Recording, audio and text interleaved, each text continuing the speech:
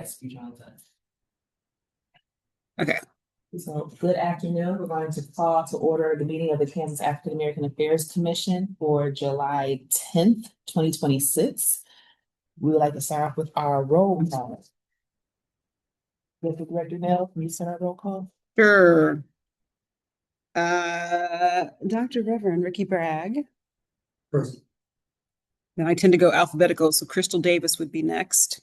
She is not here. She is an excused absence. We know where she is. Then Dr. Trent Davis. Present. Then are you a doctor? No. Willie Dove? No. Mr. Willie Dove. That's my wife's time. Gotcha. Okay, Willie Dove. Here. Okay. Then Angelina Johnson. Present. And Jade Ramsdale is currently not here, although we do expect her to come soon. So, with the addition of our newest members, which we will have more thorough introductions shortly, 4 does constitute quorum, so we can handle the business of the commission and move forward. So we'll start with the approval of the minutes, which everyone did receive those or should have received those via email and had opportunity to review them. Are there any questions or necessary corrections to the minutes? No. If not, is there a motion followed by a second to approve the minutes? I move to approve the minutes last meeting. This is moved by Commissioner Trent Davis. Is there a second? I'll second. And we have a second by Commissioner Bragg. Commissioner Bragg. All ready for the question? All in favor? Any opposed? Motion carries. Perfect timing.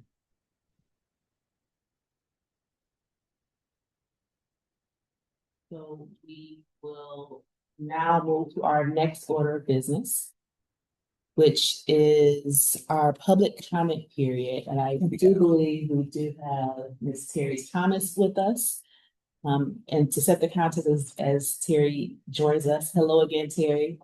The Kansas African American Affairs Commission last year, at the beginning of the year, the commission went through a process to determine what would be our areas of focus and priority areas. And through that process, one of the identified areas was economic development and really looking at the financial well-being and understanding of Black Kansans and seeing how the commission could focus our efforts and attention on advancing in that space and supporting development in that space and partnerships in that space. Terry, as you see the emblem behind her, she will fully introduce who she represents, where she's from, but she and I were able to connect through some mutual colleagues to learn that her institution is looking at expanding its footprint in the state of Kansas and is looking at how to connect and engage further with community and developing community partners. So she has been invited to join us today to share more about her work, what is happening at JP Morgan Chase with regard to their Kansas market, and to share and highlight ways that the Kansas African American Affairs Commission may be able to partner with JP Morgan Chase along the lines of financial education, security, and other resources that they offer. So with that, Terry, I will turn it over to you to share more. Awesome. Thank you so much. And I appreciate being able to have this time to speak with you all. Let me introduce myself. I am Terry Thomas, as Angeline said. I am a business development manager with JP Morgan Chase Bank. You guys hear me okay? Yes. All right, perfect. So I sit in the Dallas market, but I support the central United States. So typically, what we've been doing, and I do market entry or market expansion. I have colleagues that sit on the East and colleagues that sit on the West. And between the three of us, we support market entry for JP Morgan Chase. And that market entry looks like going into footprints where we may not have a lot of locations, where individuals may think, oh yeah, Chase, they've got credit cards, and they don't know about all the other things that JP Morgan Chase has. We have, home lending, we have our business banking, of course, we have our branches. And so there are a lot of resources that we have available. But my line of business, the only product that we have is financial health. So we're not asking for anything other than to help educate and to provide information around financial literacy, financial growth for communities, to help elevate communities. So as a business development manager, what I do is I'll go into communities and try to connect with organizations and individuals that have impact and influence. And then we'll host listening sessions. And during those listening sessions, we'll try to find out what are the barriers to financial growth? How can we be good neighbors and help communities grow, leading with financial health? So in December of 25, knowing that I was going to be coming to Kansas in 2026, I was introduced to an organization called Made Men, and they are in Kansas City. So September 28th through October 1st, we will be in Kansas. So we'll be in Kansas City, Kansas first, and then we'll be in Wichita. So we have those two set for our visits. But with Made Men, like I said, I was in Kansas City, Missouri in December for a financial health panel, and I was able to make some connections. Was introduced to Bishop Nelson Gabriel with Made Men. He's hosting July 24th a Dad's Talk Summit, which is providing resources to individuals that may be behind on child support. And so part of that sponsorship allows us to be able to do a panel where we talk about the resources that Chase offers, going through our branch retail, our community manager, business banker, senior business banker, all of the things that we have. And then we'll also have Monique doing 2 financial health workshops during that summit. And then the next day, we partnered with them to provide 500 backpacks that have school supplies in them to give to the community. So Made Men they help to orchestrate it because obviously, right, I don't know anybody really. I'm in Dallas. I know communities that look the same, Dallas, Detroit, in Kansas City. However, I don't know the tentacles. I don't know who has impact. So working with Made Men, they were able to say, hey, we will work with you to do a back to school event. So Chase is providing the backpacks and the supplies, and then they're providing the outreach. They're going to the community to say, hey, these are some resources that are going to be available. And then again, we'll have Monique doing financial health. She'll do 2 financial health workshops. We'll have some activities around financial health. We had called it our passport activities, which are 4 stations. And then he'll have other community resources out there, bounce houses, somebody cooking, and some other, I think maybe free haircuts. So some different things that will be available as well. But really, the biggest ask for me for when we come into the state is if there are organizations that are doing good work in communities that can um, help us connect to the community and help provide financial health to grow and elevate those communities, we would love an opportunity to meet them. So introductions is the biggest currency that I'm asking. If you all have individuals, organizations that, like I said, are doing good work in the community, are focused on elevating communities that we serve, those are the introductions that I would like to make. Also, I tend to do a faith-based listening session when I come into most markets because I find that that is an intersection for everything at the church, right? You have youth, you have your elder, you have consumers, you have business owners. Literally everything is at the church house. So I typically will hold a faith-based listening session and meet with faith leaders to find out from them what are obstacles that they're finding or seeing in communities and how can we partner, how can we collaborate and come alongside them to be a good partner through financial health. So that's a little bit about it. If you guys have any questions, I'm definitely open to that. And Angeline has all my contact information. So if after this you're like, oh, Chase needs to talk to X, Y, and Z, I would love it because I will be there in September, but we always try to prep ahead of time so I can have a good set of listening sessions scheduled for when I'm in market. Terry, thank you. Are there any questions from anyone? Yeah, this is Commissioner Brown. I do have a question. You mentioned working with professional organizations, and have you made contact with any in particular? The only organization so far is Made Men, and that's who we're working with to do the Dad's Talk Summit, which we did a sponsorship for that. And then the back to school event, which we're providing the 500 backpacks with school supplies. I will pass my information on, and I can get you in contact with a large group of churches in KCK, so you will have access to them as well. I appreciate that. Thank you, Congressman. Absolutely. Are there any other questions for Terry? One of Commissioner Trent Davis here. Do you or folks associated with you offer actual education on personal financial growth and literacy? Absolutely. So when I was talking about the financial health workshops that Monique will be doing, I believe her workshops are going to be around, for the dad's talk, it's around budgeting, right? Because for them, they are behind on child support. And so sometimes that can be overwhelming.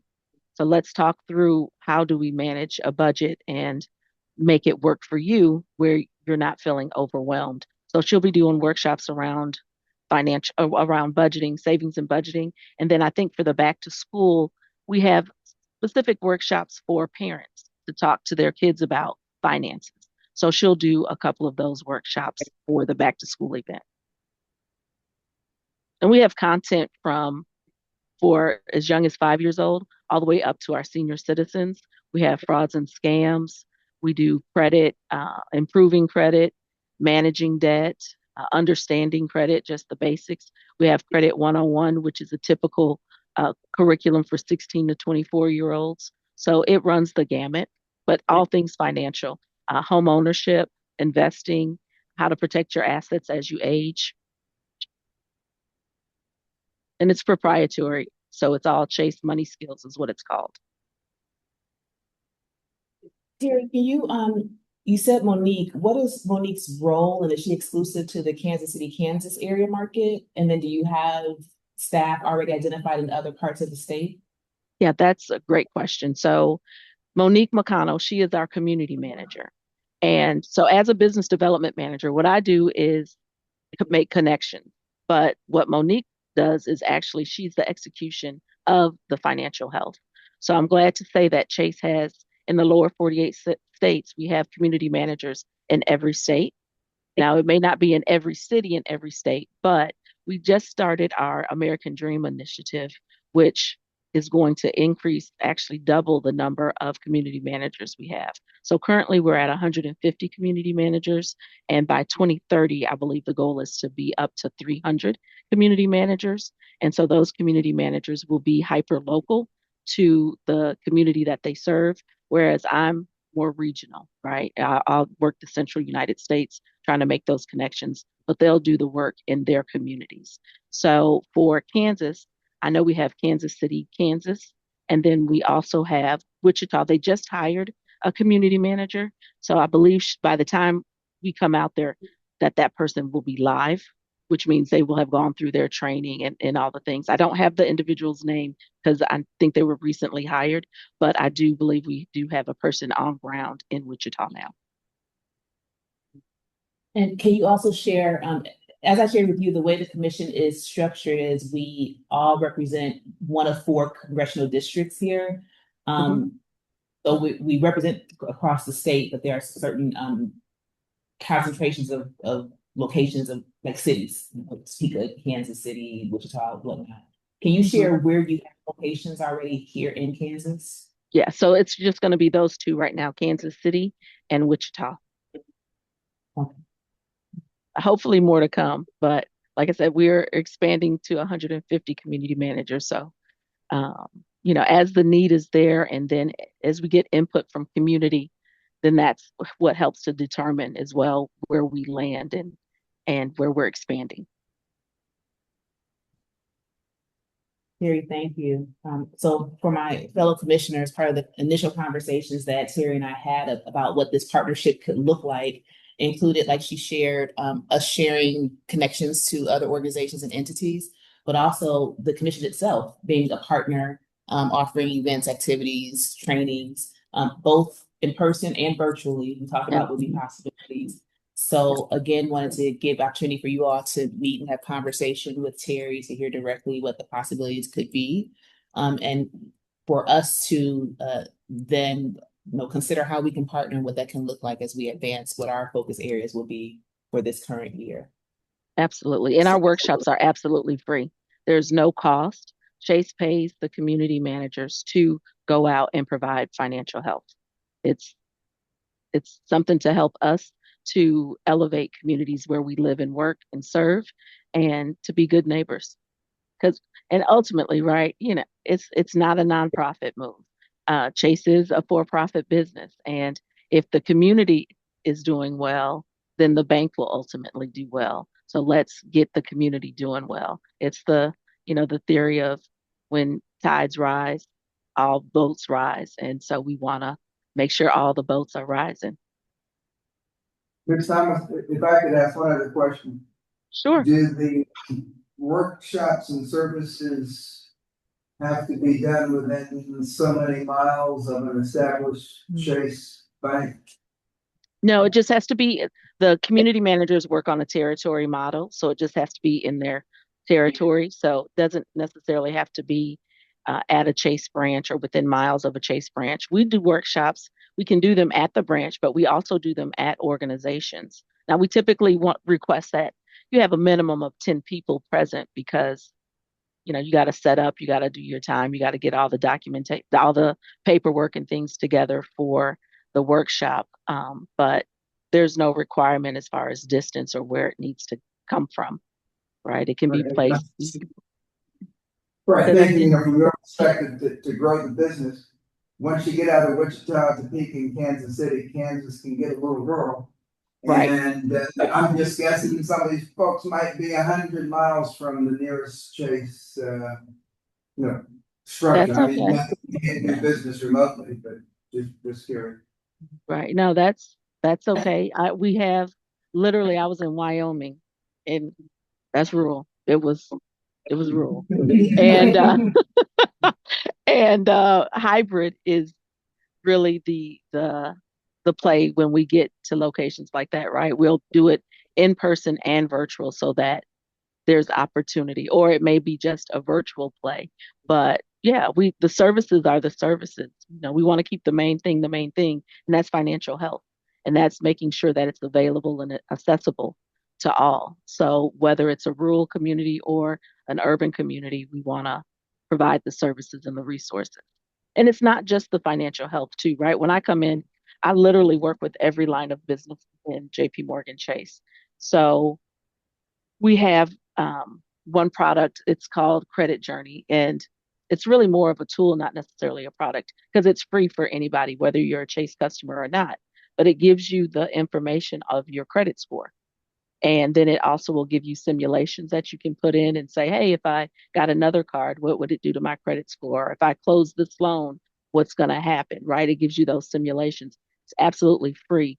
In Omaha, we were working with an organization that helped individuals in the justice impacted community. And one of the things that we heard in that listening session was, hey, I've been incarcerated for 18 months and now my credit is not the best. So we were able to provide that resource to the organization, which they now use when they onboard clients. But because we are JP Morgan Chase, right, we don't have all of the access for credit things, but our foundation has provided grants to different organizations that do credit counseling. So we were able to connect that organization with another organization that does credit counseling in their area. So it wasn't necessarily something that Chase provided, but it was a resource that I was able to have connections to connect the individuals to meet the need. The other thing that we were able to help that organization with is they did and do workforce development and skills, right? And we're very intentional on when we're opening these branches of hiring from the communities that we serve. So now they're part of our talent pipeline, our talent acquisition. So whenever there's an opening for positions, we're able to send that to the organization. But it doesn't stop there because, of course, anybody can get that information of, what are the requisitions, what are the openings. But now when they send us individuals that apply, because they're part of our community partners, we're able to then give them feedback and say, hey, this person wasn't qualified because they lacked X, Y, and Z. These are the things that you may want to focus on so we can have more eligible interviews. Or that person was perfect, keep doing what you're doing because they had all the skills that we needed to be able to hire them. So those are some of the resources that I also look at when I come in and I say I'm looking for organizations. It's all the ways that JP Morgan Chase can be a good neighbor, can help to elevate the communities, including and leading with the financial health though. Great. Thank you for that. I have one more question. Commissioner Davis, were you ready to ask another question? Yeah.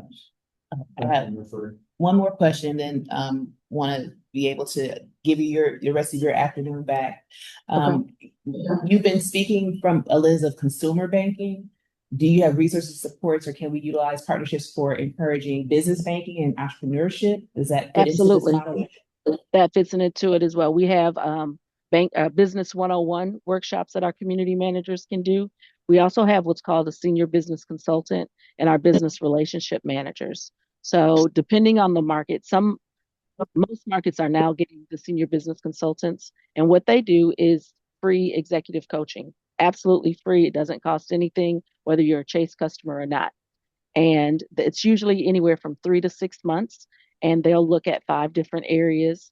And typically it's for entrepreneurs that are 2 years in business or more at 100,000 in annual revenue, because usually at that point you know what you don't know, and they're able to help coach you to the next level, right? Whether if you're at 100,000 annual revenue, we're trying to help you get to 200. If you're at 1 million, we're going to try to help you get to 2 million.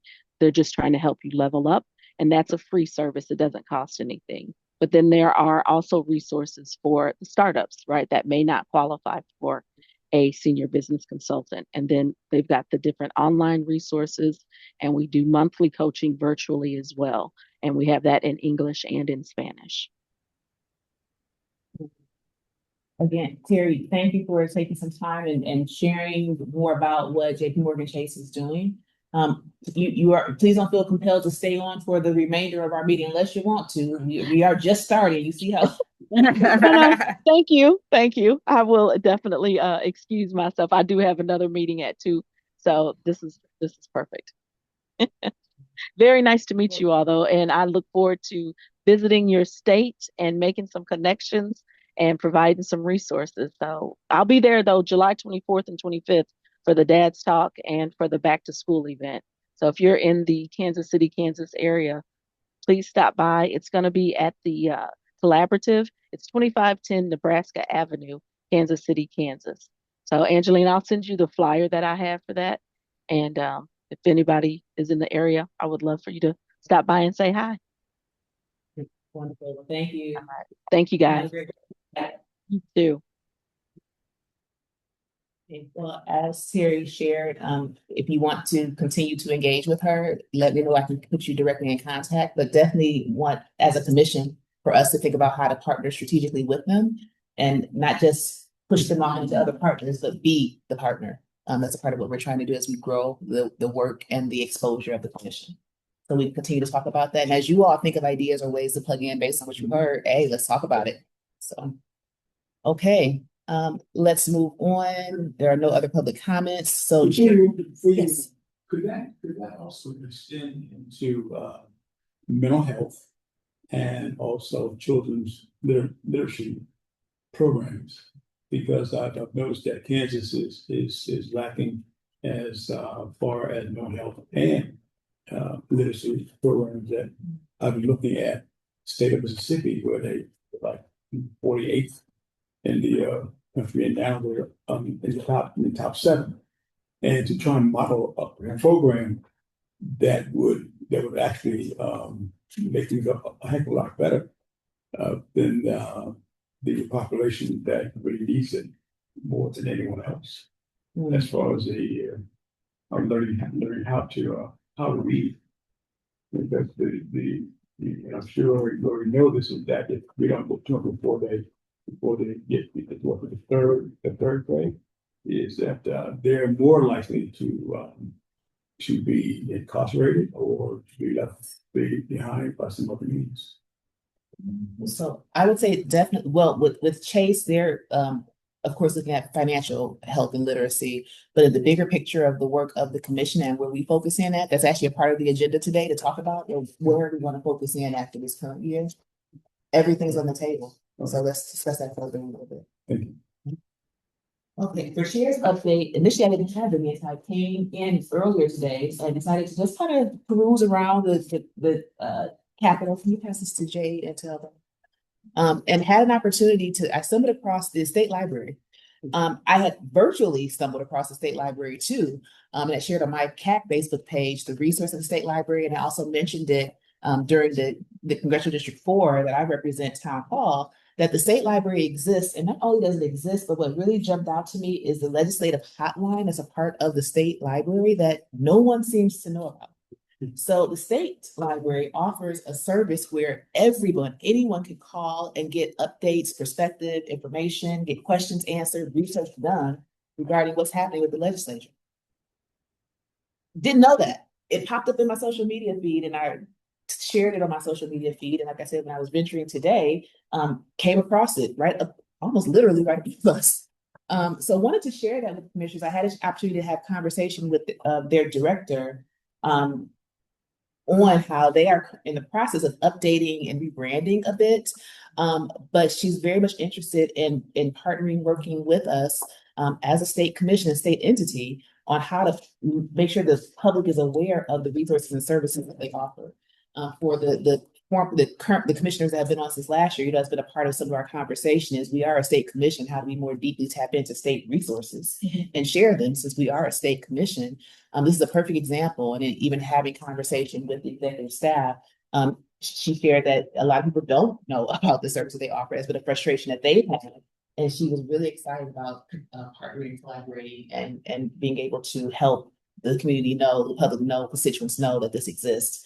So I provided the cards that they provided to me, the legislative hotline. That's a general number for everyone. We can share amongst our fellow constituents in our respective districts. The user services is the direct line for legislative research that we all can use. And we know we always ask Stacy too. This is something that Stacy used, we all can use to dig in deeper to understand what's happening. And they said they do surface level and deep level research.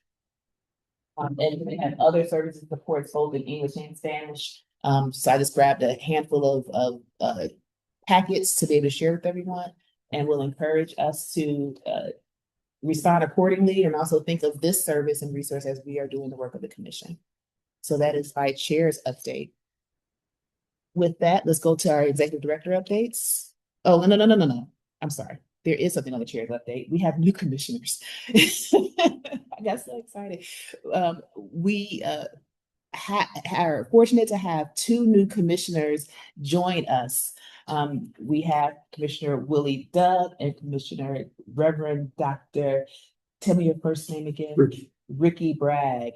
So would like to take some time at the front end of the meeting to give each of them an opportunity to introduce themselves, tell us a bit about their background, their experience, if there is an experience already with the commission and with the state. And my personal question for everyone is, what made you interested in serving on the Kansas African American Affairs Commission?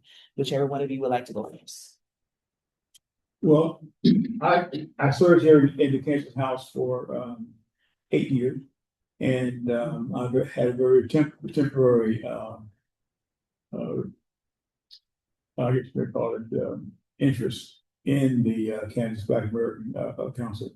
And Kenya Cox and I talked about it very briefly, but then again that came along the time that COVID came along, so that was brief and gone. The part that interests me most is that in the community that I live in, there are very few individuals of color. And that can be a good thing, and it can be a bad thing. However, when individuals don't understand what is actually going on within the community, within people of color, it's almost like no, not almost like it is. Sometimes people look at you at one way instead of looking at you as a whole person. And so that's been a thing that I've dealt with. And it's amazing how we can change that dialogue. And since then, I've been appointed, elected as a commissioner in Leavenworth County, and people say, "Well, how did you do that?" I said, "Well, you just got to get on work," and that's been quite revealing as to how people think that you should vote and how you should act and how you should actually tackle questions that they don't think that we have the capabilities of doing. And so that's been a challenge, but it's been a great challenge, and quite frankly, I like it. So, but that's about where I am now. I grew up in North Carolina, during the Martin Luther King era, marched on Washington. We went through that whole scenario of being put in jail and fed beans and bean pies between the bars, and that was education. And going forth, joined the military for a while and saw some crazy things happen there. But all of it has been an education to know that we're not here just for ourselves. We're here to help one another and to treat each other equally as God has created us equally. That's it. Thank you and welcome back. My name is Ricky Bragg. I'm a pastor in Kansas City, Kansas area. Been a pastor of this particular church for 15 years now. Planted this church 15 years ago. Originally from Illinois, born and raised there. Came here 20 years ago, about 22 years ago now, to pastor. Moved our family here, and so my sons are grown now, live in California, now grandpa, papa, and one of my great joys. I love the work. I've served our people, been serving our people all of my life, I think. And this is just another avenue to do that. And so I'm looking forward to joining with you all and seeing ways that we can collaborate in doing that. I think your deacon board would be upset if you didn't name the church. I pastor the Abundant Life Church in Kansas City, Kansas. Thank you. Thank you.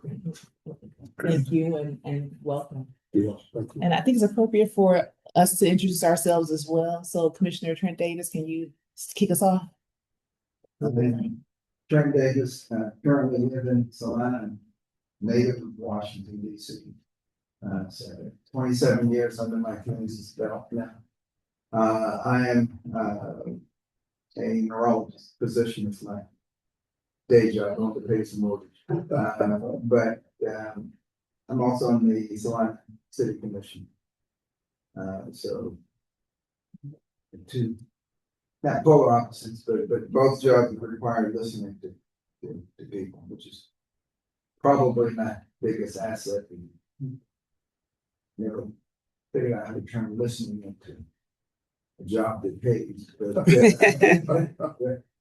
or maybe I have and didn't realize it.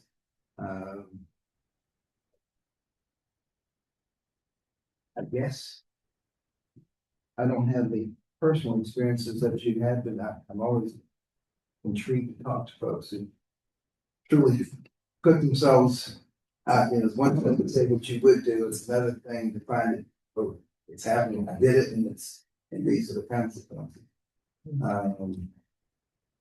It's really unique living in Salina, Kansas, and in Washington, D.C. I grew up thinking, well, of course, the police chief is black, and the fire chief is black, and the teachers are black, and college professors at Howard are black, and then started going to other places and for education and realized, ooh, Washington, D.C. is kind of a rarity.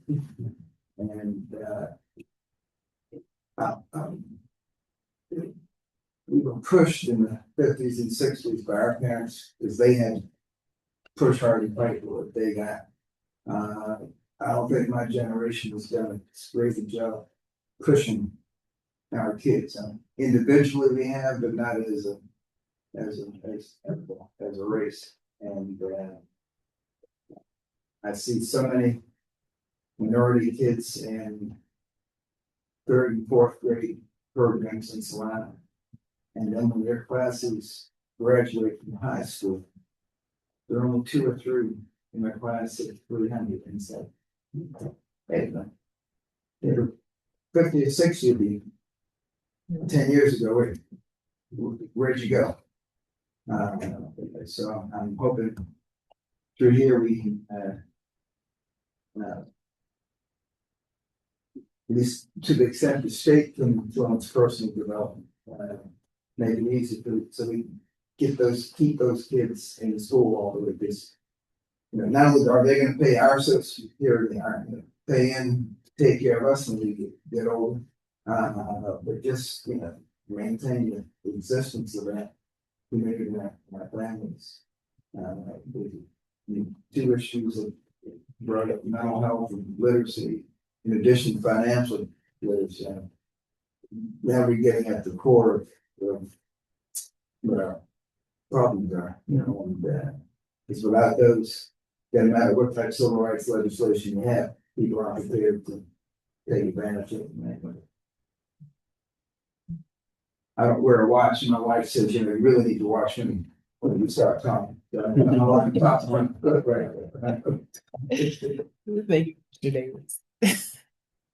Hi, everyone. Commissioner Gabriel. So I want to first apologize tremendously for my delay in being here. I was actually meeting with constituents in my district from a engagement that we had at the Kansas Leadership Center. So I got to learn a lot about some of the wonderful work that they're doing, which was timely for our JP Morgan Chase presentation. I have been fortunate to serve as co-chair on the commission and be a part of the commission for the last year. We've been able to do some wonderful work, and I've definitely very much enjoyed being a part of the vision that we've set here.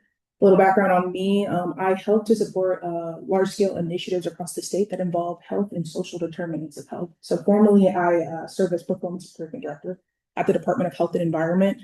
And I am very fortunate to be able to go to communities throughout Kansas and listen to what the needs are and then be able to fund projects. So things like rural transportation lines, food security, those kinds of things, standing up food markets, those, which have been pretty transformative, and it's very, very amazing work to be able to do. I'm also a small business owner and a mom of 2 very small girls, 6 and 8 years old. What else? We didn't really outline all the things that I needed to say, but I don't need to say much else other than I'm really excited to work alongside you all. I've seen some really amazing things happen over the last year with our work, and I think, we're going to be able to learn a lot from each other in this process. I very much appreciate being a part of this.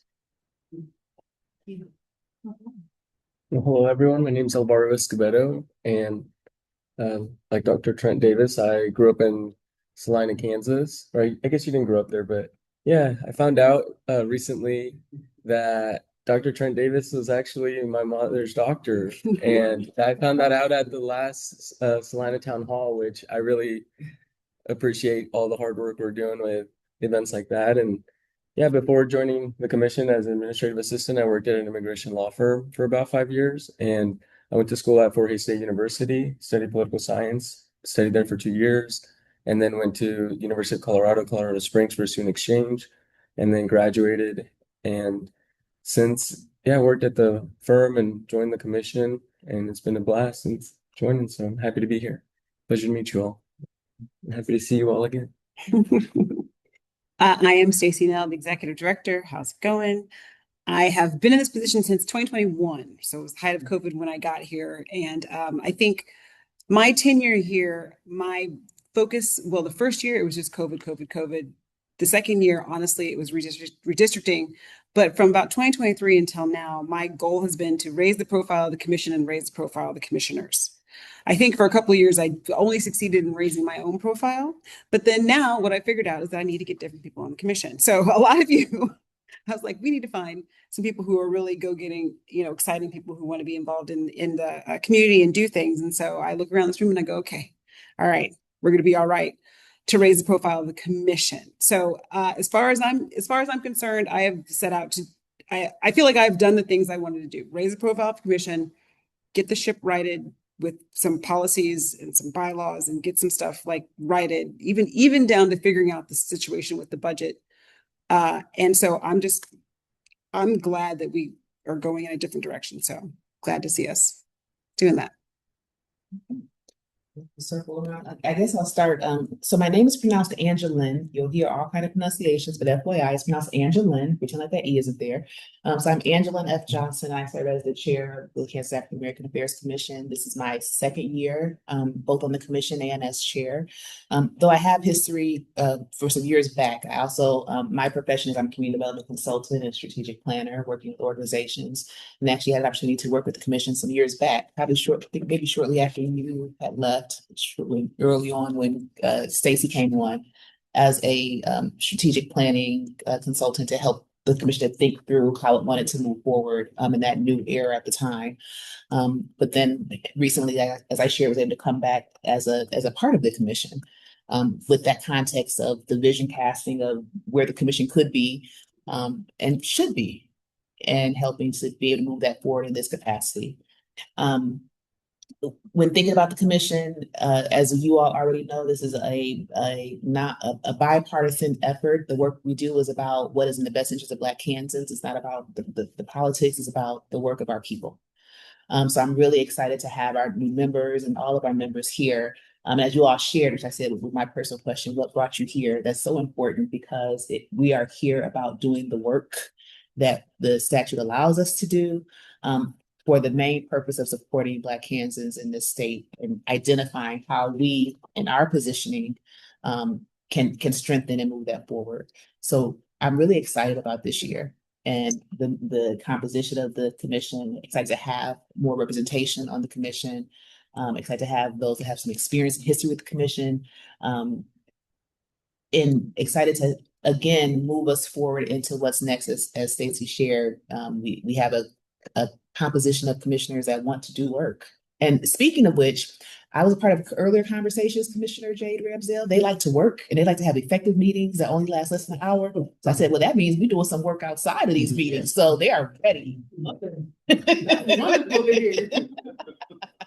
Oh yeah, and Commissioner Trent Davis, I don't know if you were here to hear that part, but I didn't, but all right. sounds like our NACP president, so it's 59.5 minutes. You got 30 seconds. So let's do that. So I do want to offer a pause, Stacey, if you don't mind, before we do. I was going to suggest it. Lunch is here, and this is a working lunch. No judgment, please. Of our own, if you know whose belongs to who, if we need to go grab. But let's get our lunches before us, and then we'll transition to our executive director's updates. Yeah. But what I'll do is, I'll leave this the recording running, but I can pause the video and pause the audio just for a hot second until we get everything distributed. Oh, I do have one more thing. Sure. Related to new commissioners, and actually probably for all commissioners. Part of what was sent to us in advance was an updated roster. So one, I wanted to make sure commissioners know we do have, I see you have name tags, so we do have our name tags. We also have cards. Do they already have cards, or have cards been ordered for them? Not yet, no. In fact, I was giving the overlap of when people get appointed. I got his name tag in, but yours is coming. Okay. So I've got yours ordered. And then also I wanted to encourage everyone to verify your information. I noticed a couple of things, like in the summary, the breakdown doesn't really match what it's saying our affiliations are. So I'm wondering if affiliations are correct, or if the summary of how many Republicans, Democrats, unaffiliated isn't correct, but just if we can verify that our information is correct. Yes, please do, because it took several back and forth with the appointment office to get that information even up to where it was right now. Because they, just check it over. And also, since I will confirm with you, I know we were trying to figure out for our new members which congressional district. I don't see a congressional district 3. So do we still not have a representative? That is correct. Okay. Okay. Can you remind me what that encompasses? It's the south of Wyandotte County, all of Johnson County, parts of Miami, and I want to say Ford, but that doesn't seem right. Miami, Franklin County. If we have folks that might be interested, is that something that we should pass along to? Pass along to the link in the website, okay, and then that'll get them to the appointments. And if you can let us know if you do that, so we can track it on this side. Yeah, sure. And at that point, we only have one a non-appointed seat that ideally would be someone from Congressional District 3, but, and Now, reminder, yes, Senate Majority Leader. That's the question. Senate President. The Senate Okay. President, who, this might not be their focus right now. Sure. But it doesn't change the fact that there's a need, there's expectation. So, And getting people in the pipeline is the first step. Mhm. Like, so even telling me doesn't do any good. Mhm. They have to get in the pipeline in order for things to move through. That's helpful. Yeah. okay. That's all I have. Thank you. All right, do that for just a second.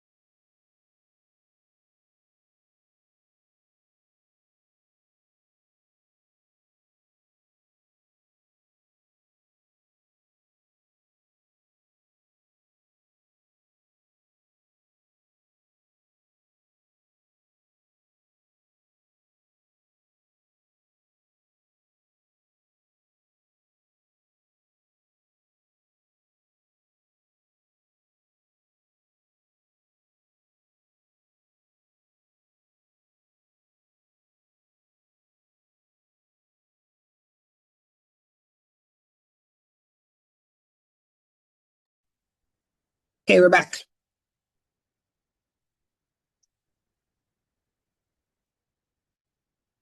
Great. So we are resuming. We will now go to our executive director updates.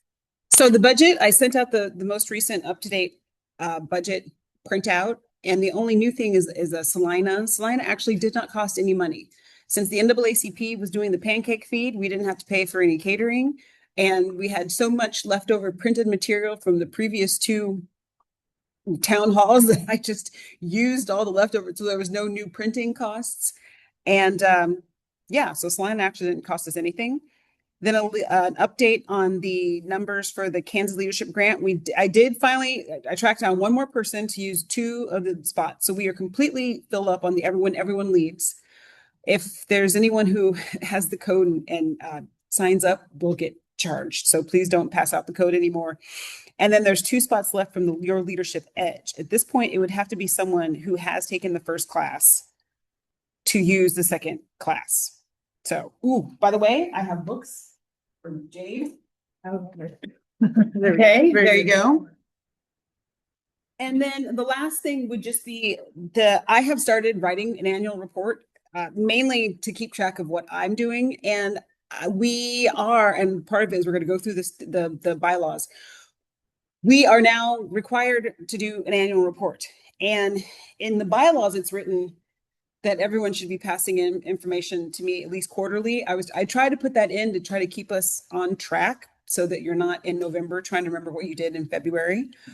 But there has been a lot of turnover with new people coming in. So like we're completely off schedule for any number of reasons. I would say if you would like to, well, we need to discuss whether or not if we're going to get back on this report to me quarterly type situation. A bullet list is fine. Literally a bullet list of information, right? On the 15th, I went to Wichita and sat in on this meeting. And literally all I'm going to do is feed this all into chat and say, give me a report. So I know in the years past, we've had spreadsheets and whatever. Honestly, I'm going to take a bullet list. I'm going to tell chat, give me a report. So it doesn't have to be fancy. It doesn't have to be elaborate. It doesn't have to be, right? If it just says, on July 24th, I went to KCK's event that JP Chase Morgan presentation. They handed it out, and I handed out a few backpacks and talked to Terry Thomas about, like, it doesn't have to be fancy. That's pretty much it for me with the executive director report. Any questions or additional feedback for Stacey? I think the only thing that I would raise up is I have been bad about the court. I had to track down in my email the link to be able to do that quarterly progress reporting because work has been happening. I just was doing it on the side. So getting back in the practice of that. I'm not sure if others have access, but if we were to send it out again for the reporting. I implore you, just send me a bullet point list. It does not have to be all that. Okay. Because like for me, forward, like since that's fine. Like for me, well, I'll tell you what I do. For me, I literally have a bullet. I'm trying to think. If I can even pull you up what I have. It's March. This is what I did. This is what I did. This is what I did. Mm-hmm. April. This is what I did. This is what I did. This is what I did.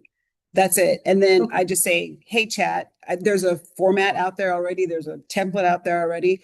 I'm like, can you please put this? And so like, yeah.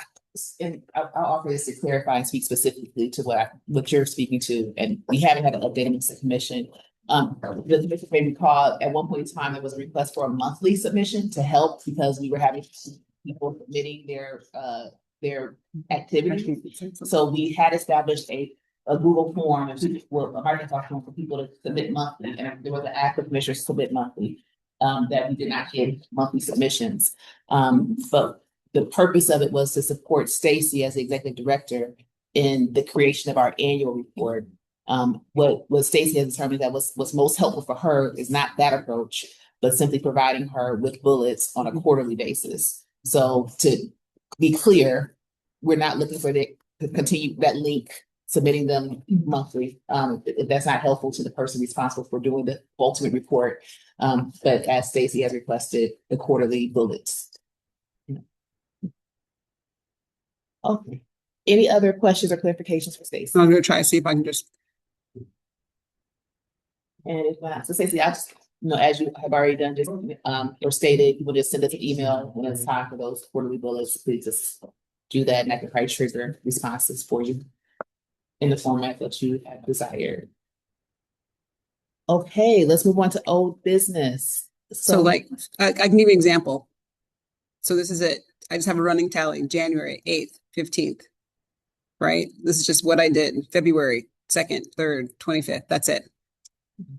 Very straightforward. Okay, that's it. Done. Is it possible to napkins? A quick question.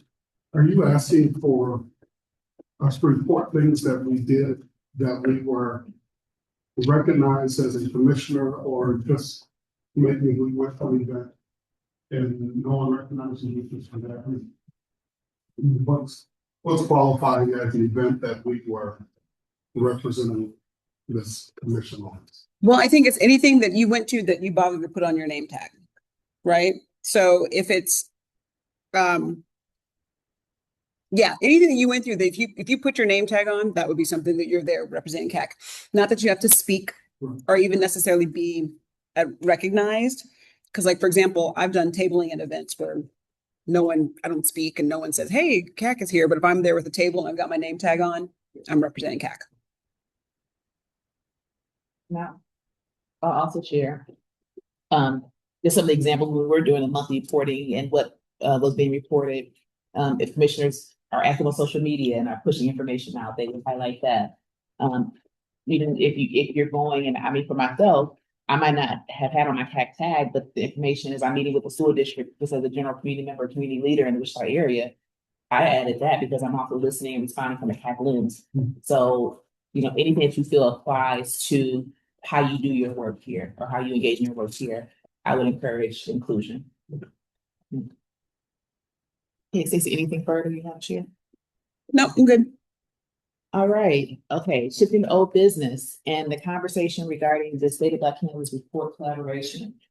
We have new members, so let's set a context. I'll also share you all did receive a report from me via email. I don't speak for now, so via email you received them. Received it.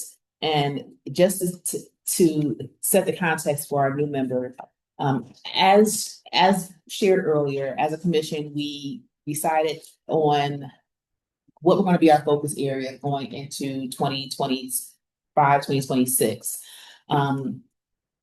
Through that process, there was a lot of conversation about different things that commissioners wanted to engage in, one of which was a very strong interest by the commissioners to do an updated State of Black Kansas report. So in 2013, KAAAC, in partnership with the Urban League of Kansas, did author or facilitate the authoring of a State of Black Kansas report that for many of the commissioners, as we've talked in the community, people still remember it. And there has been repeated interest in updating that and having something that's current and relevant to today.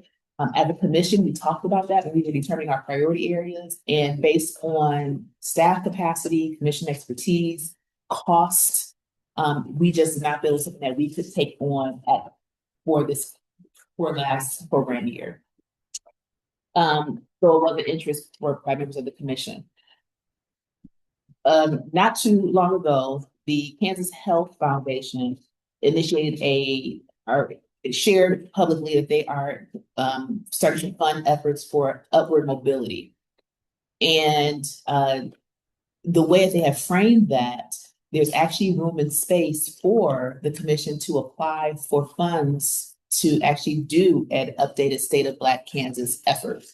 The deadline for submitting for those funds is this coming Tuesday. So what some members of this commission have been doing is actually structuring and putting together a proposal, identifying and reaching out and having conversations with potential partners to actually move forward on submitting an application on Tuesday or no later than Tuesday for a State of Black Kansas report. That's not going to be just a binder that's going to sit on somebody's shelf. There will be a report, but there's also going to be a proposal. A part of the proposal is a data component where there's a database that is created that captures data related to what's happening in the space of Black Kansans, tied to upward mobility, tied to social determinants of health, and again, what's happening within the state of Kansas. So Commissioner Ramsdale and I, along with Commissioner Crystal Davis and Stacy, have been in conversations with the Kansas Health Institute, as well as the University of Kansas, this acronym, Center for African American Health, as well as the Urban League, to have conversations, and the Urban League is a more recent conversation, but they've expressed interest in partnering as well, to have conversation and actually put together a proposal to respond. That summary was provided to you all, highlighting what we are proposing, which is an Equity Matters 2028. This is because the grant is a 24-month effort. The project we currently have it titled Equity Matters 2028, the State of Black Kansas. The document that was shared with you all identifies who the current project partners are, what their respective roles will be, what the expected deliverables from this project would be, which, as I mentioned, is there are three full statewide reports, a live public dashboard, as well as a policy brief series based on what Kansas Health Foundation is looking to capture from an upward mobility lens, but specific data within 8 policy areas tied to Black Kansas. We're proposing, again, a 24-month project that will address that. There is a budget that has been identified, but let me very plainly, clearly say that was a budget that was identified prior to having detailed conversations with our partners on what are the real numbers, what will it really cost to bring this into fruition. So the actual budget is being determined, but for this particular effort through the Kansas Health Foundation, the budget can range from $100,000 to $500,000 for the 2 years. They are anticipating making 8 to 20 awards with an average of 20,000 each. But for efforts that are statewide, which ours would be, efforts that are looking to scale and will be scaled post completion, they are anticipating larger dollar amounts that could be awarded for that. We've been in deep conversation and a lot of critical reflection on how do we best structure something like this. Again, we all know how we are comprised. We are a volunteer-based, politically appointed state commission with one state staff person. Ideally, we wanted to structure it where KAAC absolutely has a lead and is a lead and is the primary lead for the effort, but recognizing having to exercise vision with how it's structured to ensure that if awarded, the intent of the effort continues on regardless of what's happening in the political space of the commission, but again, being fidelity to the work that the commission is looking to move forward. So we have structured it currently where the lead applicant would be the Kansas Health Institute. KAAC would be also an updated conversation directly with Kansas Health Foundation. It's been recommended that KAAC is also listed as the lead applicant. However, the actual recipient of the dollars will be the Kansas Health Institute. And if awarded, we will enter into contractual arrangements. KAAC will be able to draw down dollars for our portion of the responsibilities of advancing the project, which have been identified and presented as well. So I will pause there. I've said a lot. I will pause there in case there are any questions, thoughts, concerns, additional updates on what we are looking to be able to advance as the Kansas African American Affairs Commission in partnership with key partners of the state. I do have a couple of questions. So the intent of the grant is to help us to produce a state of African American youth in Kansas report. Is that? Yes, so a state of Black Kansans, and we talked about the language too. We chose not to do African Americans because there are some Black Kansans. Yeah, that's fine. I'm okay. But it's not just about the report. It's about a ability to have access to data that speaks to us and our experience, and for the purpose of having it available to organizations, entities, resources that are looking to advance the best interest and well-being of Black Kansans. Is this grant a one-time grant? Is it a one-time allocation, or is it ongoing? It is a one-time allocation. However, the Kansas Health Foundation actually has 4 current funding opportunities, all tied to upward mobility. This is one of the 4. They are looking to establish and fund efforts that are not, even though it is for a 2-year term, that there is long-term ongoing impacts. So what they have also shared is whether they fund and even if they don't fund, they're willing to will share the applications with other key funders, we're presuming offerings from other key funders for projects that they feel are truly scalable and have long-term impact and impact systems in the state. So what I'm wondering is, if we produce a report, let's say we get it next year, how often are we looking at producing this report? So for the report, we haven't talked about that, but what we have talked about is, and have framed in this is a data dashboard that is ongoing and will be consistently updated. The Kansas Health Institute, in partnership with the Kansas Health Foundation, has been the primary entity that creates their data and does their data research. So they're already looking at data instruments, data approaches, and we're already looking at it from a lens of long-term, ongoing, beyond this 2-year window utilization. So that's a part of it. The actual report itself, we haven't talked about. We want to do an annual report of the state of Black Kansas or not. I will share the Urban of Kansas, the annual reports. They do it in the form of and they're located in Wichita, but it's the Urban of Kansas, and that's who we partnered with originally. They do it in the form of an event where they highlight what's happening, people come and speak.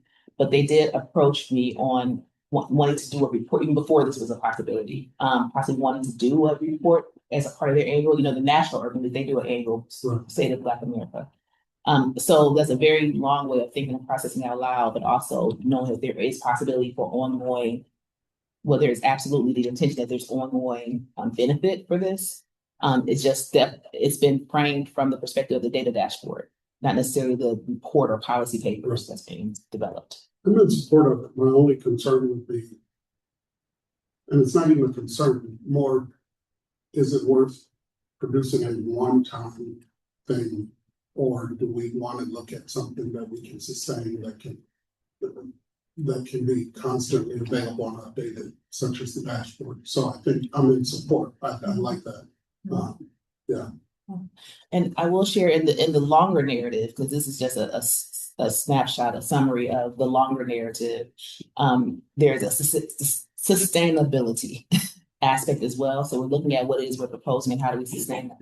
Whether this is intended to be 2 years and and also with the report of the policy papers, the intent is that it becomes a resource for other communities to use, for organizations to use as a reference point to continue to pursue work tied to post-project, tied to what we're able to finally put and synthesize on what's happening with Black Kansas. Okay.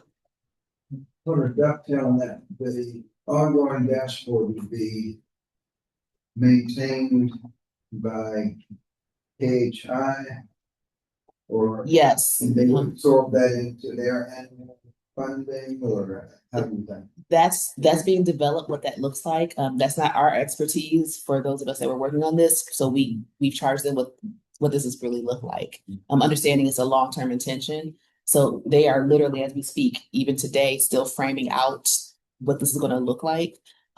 We've also been very mindful of ownership, information ownership, who owns the data. So we will have to do data agreements and things of that nature as well. And as we move further into the project, should it be funded, we'll dig into that, but absolutely mindful of that, and also being very clear of the big picture when it comes to topics like this with the community and previous experiences, not wanting to duplicate or replicate things that have not been in our best interest long term, but really structuring a project that again sticks with fidelity to the intent, which is having a resource available that captures what's happening with Black Kansas and could be usable and utilizable for those who are advocating for what's happening with our education. This is a part of it too. You look at the full picture of the project, is looking at those social determinants of health, which tap into mental health, see physical location, where we're at, those 8 policy points that are, I'm not sure if they're spelled out in the summary, but are spelled out in the project as a whole. Unrelated to this act specific. Yeah, where is KHF and Kansas Health Institute get most of their funding from? KHF is Kaufman, and then Kansas Health Institute is varied lines. They do some federal. KHF is a big funder for them as well. They kind of trickles down. And then they have some private money that comes across. I also know KHF got a lot of money from the tobacco settlement. I thought that was their initial endowment was from the tobacco settlement. Yeah. Every state got a $20 million or something like that. Tobacco inflation efforts in Kansas. About 1% of that money actually got used for tobacco prevention. Oh yeah, yeah. Dollars ago. Any other thoughts, questions? Jay, did you want to share your perspectives of the work that we've been working on? Yeah, no, it's very exciting. Across the board, I think we're filling a gap that I've heard a lot within the district, especially, but I've also heard throughout the state of Kansas in that, at the state level, we have a state health improvement plan that comes out every 3 years that does have some data on, the impact of certain health outcomes for Black Kansans. But at a localized level, there are county health improvement plans that happen, every 3 years as well, kind of alongside that state plan. The gap that I have seen and heard is that there's not disaggregated data that is usable for organizations to be able to apply to lift folks up when it comes to economic mobility in their communities. That's usable to apply for grants, to go to for-profit and nonprofit organizations to get money, to be able to do things like provide education and give folks the resources to be successful, instead of what might be in a lot of terms for folks seen as a handout. So I think we're filling a pretty critical gap. There's a lot of data that came out after the pandemic that I think helps to support some of this. And now we've got these key focus areas, and having usable metrics that look at the longevity of whether or not something's improving is going to help us to better justify, what needs we need to address. So I think it's going to be we'll have some really great outcomes from it. Any other thoughts, questions, or feedback? Okay. Well, again, you were emailed a summary of what the report consists of, where we stand. And again, the budget is filler numbers right now. But I suspect it might be around that amount. And we are not, even though what Kansas Health Foundation has stated is that the average is 200,000. Again, based on the scale of what we're looking to do, us being above that is not a hindrance or something that they will look at in question. So the timeline is submission is due by, I think, either midnight or 5 p.m. I think midnight Tuesday, but we already have conversations scheduled and ready where we may be able to submit as early as Monday, depending on what's happening today and over the weekend. We will submit. The announcements will be made in September, and then funds will be released in November. And what will be happening between September and November is some of the questions we're talking about, like the logistics and really getting the practical, how is this going to be structured and set up, and those agreements and things like that. That's what will be happening between September and November. But funds will be dispersed in November. I have been able to be in direct communication with Kansas Health Foundation to get their lens of perspective on what's being presented as they're meeting with everyone to give opportunity for if you have questions. They're excited about the project. This is exactly, and that was a quote, this is exactly the type of project they're looking for. They're looking to see involvement from different sectors. They want to see government connected with nonprofits, doing work that's meaningful and statewide. So we're really in alignment. So I feel good about what the possibility is, and we will see. If you all have any questions, please let us know as we continue to engage and prepare for Tuesday's submission. And please also know that this is intended to be a resource. So we have our key partners named, and again, that's Kansas Health Foundation, the University of Kansas Center for African American Health, as well as the Urban League of Kansas. We also want to give and extend opportunities to other partnerships around the state. What the KU Center for African American Health is proposing with their part of the project, they're responsible for doing the policy papers, but they're also developing an ambassador program where they will partner across our congressional districts. We divided it by congressional districts for the geography, to have ambassadors that are getting this information, being able to help push out this information, both from an everyday individual as well as organizations, is where we're at right now. So they're shaping and framing that aspect of this. But it's really exciting. It really allows the Kansas African American Affairs Commission to function in a way that I can't say I've known us to function before, but in a very strong, statewide, meaningful way, to really drive partnership and to really have impact and to really serve to set up something that will go beyond all of us at this table, to be a benefit across the state. So excited to be at this space, moving this work forward, and we'll see what happens come September. The folks at KU may be working on a master's investment. That's a nice broad base. And that came up. How do we engage students to support this work? And we are in support of that. So, okay, moving forward to new business, and I'll turn this next one over to Stacy with our bylaws and statutes. So this, I did print out the bylaws and the statute.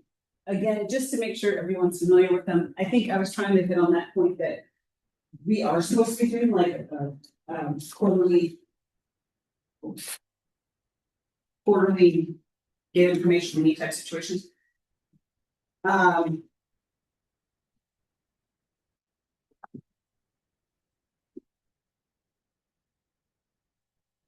if I'm looking at the bylaws real quick.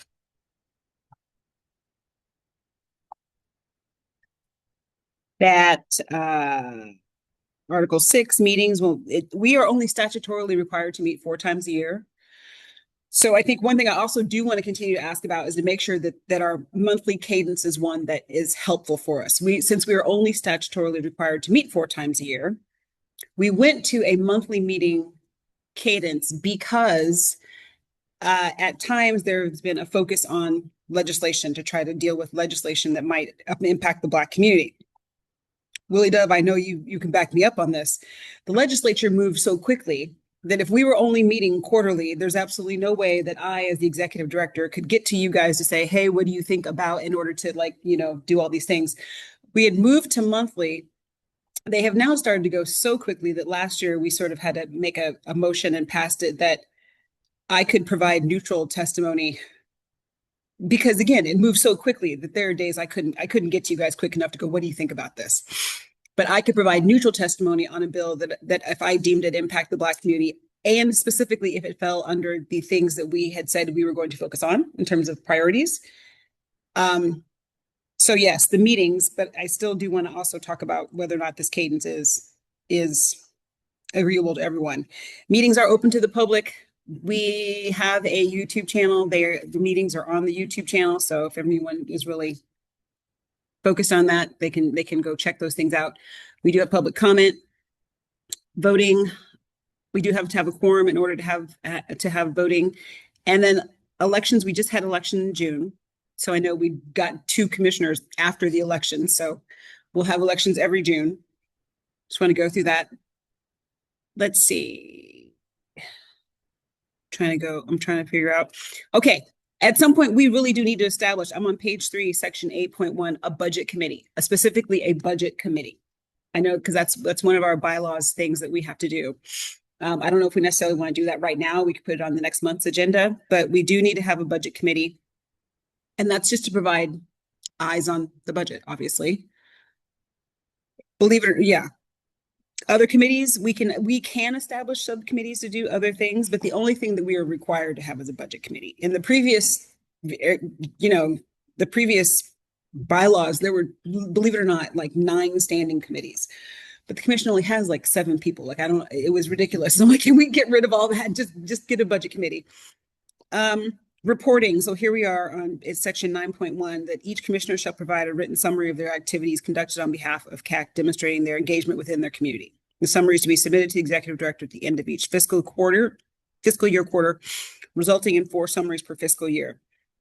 Now, here's the other thing I'm gonna say about these bylaws. We can change them. Okay, so if you're like, ooh, I don't like the way that's written, these bylaws are not etched in stone. So if we want to change how that's written in order to allow more flexibility in terms of how that information gets to the executive director, I am well open to that. I had put that wording in to try to, like I said before, that you're not in November trying to remember what you did in February. So if we want to change that reading, that's good. And same thing that the executive director is going to do a report. I do want to say, let's look at this 9.2.3. The executive director is responsible for compiling and submitted commissions. I did all that.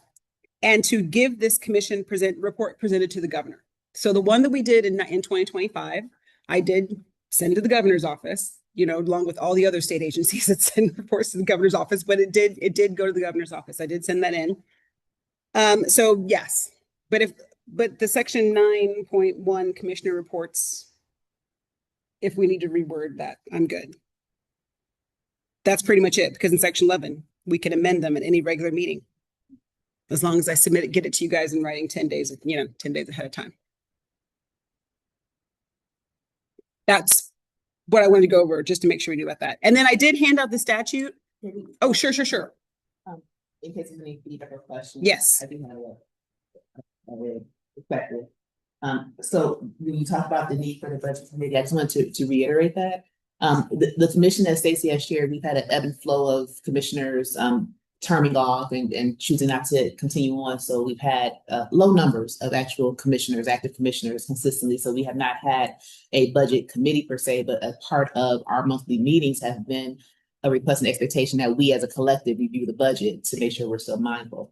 Now, let me also say, it's not like we got a lot of money and we are not a heartily funded state entity. We get our own and find our own for the most part when it comes to the work that the commissioners have discretion over when it comes to the budget. But an objective is to change that. We want to be able to secure dollars, and our statute does allow us to do like what we're doing, apply for funds, secure funds to be able to do work. So this is going to become more and more important. It's important anyway, but more and more imperative to have commissioners that are even more deeply monitoring the budget, especially if we do get this grant. The way it's currently written, there's going to be a substantial amount that will come to the commission for our part and responsibilities for activating the work. So we need to be able to track and manage our funds. So I encourage, if there's interest, skills, especially in serving that committee, please let us know. I mean, please do so. So then I will draw, so the 8.1.4 says that the budget committee shall have at least one member from each political party represented on KAAAC at the time. So that's what we decided to put in there so that all interested parties would have eyes on the budget and that the executive director would be on that budget committee. And I think, again, getting this established, because I am the only one who truly can be swept away. So right now, where I'm sitting right now, everything I'm doing is with the eye of some random Tuesday, I'm going to be gone. So to try to get as much set up that's going to outlive me is my whole focus right now as we're approaching an election. So yes, we can get that. So I'll make an ask now, and again, I'm always going to speak from the lens of what's in the best interest for the work that the commission is able to do. So is there anyone, because at this point we don't have anyone sitting on as the members of the budget committee. Are there any commissioners that know that they are interested in serving and sitting on the budget committee to monitor the budget? If you are able to let us know now, please let us know now. And I'll pause there to give opportunity for if there's anyone who is interested in serving in that capacity. Okay. So we put no Commissioner Smith Davis, whose affiliation, so we can keep straight political affiliation, meaning your affiliation is D, right? So we need a Republican or unaffiliated. Or libertarian. I see. Willie, and your affiliation is R, correct? Yes. Perfect. Thank you. Thank you. Thank you. I also would like to raise, and it's not exclusive, just a minimum. Yes. So if there's anyone else that wants to serve, and I Yes. believe it's written, the chair is also a part of that.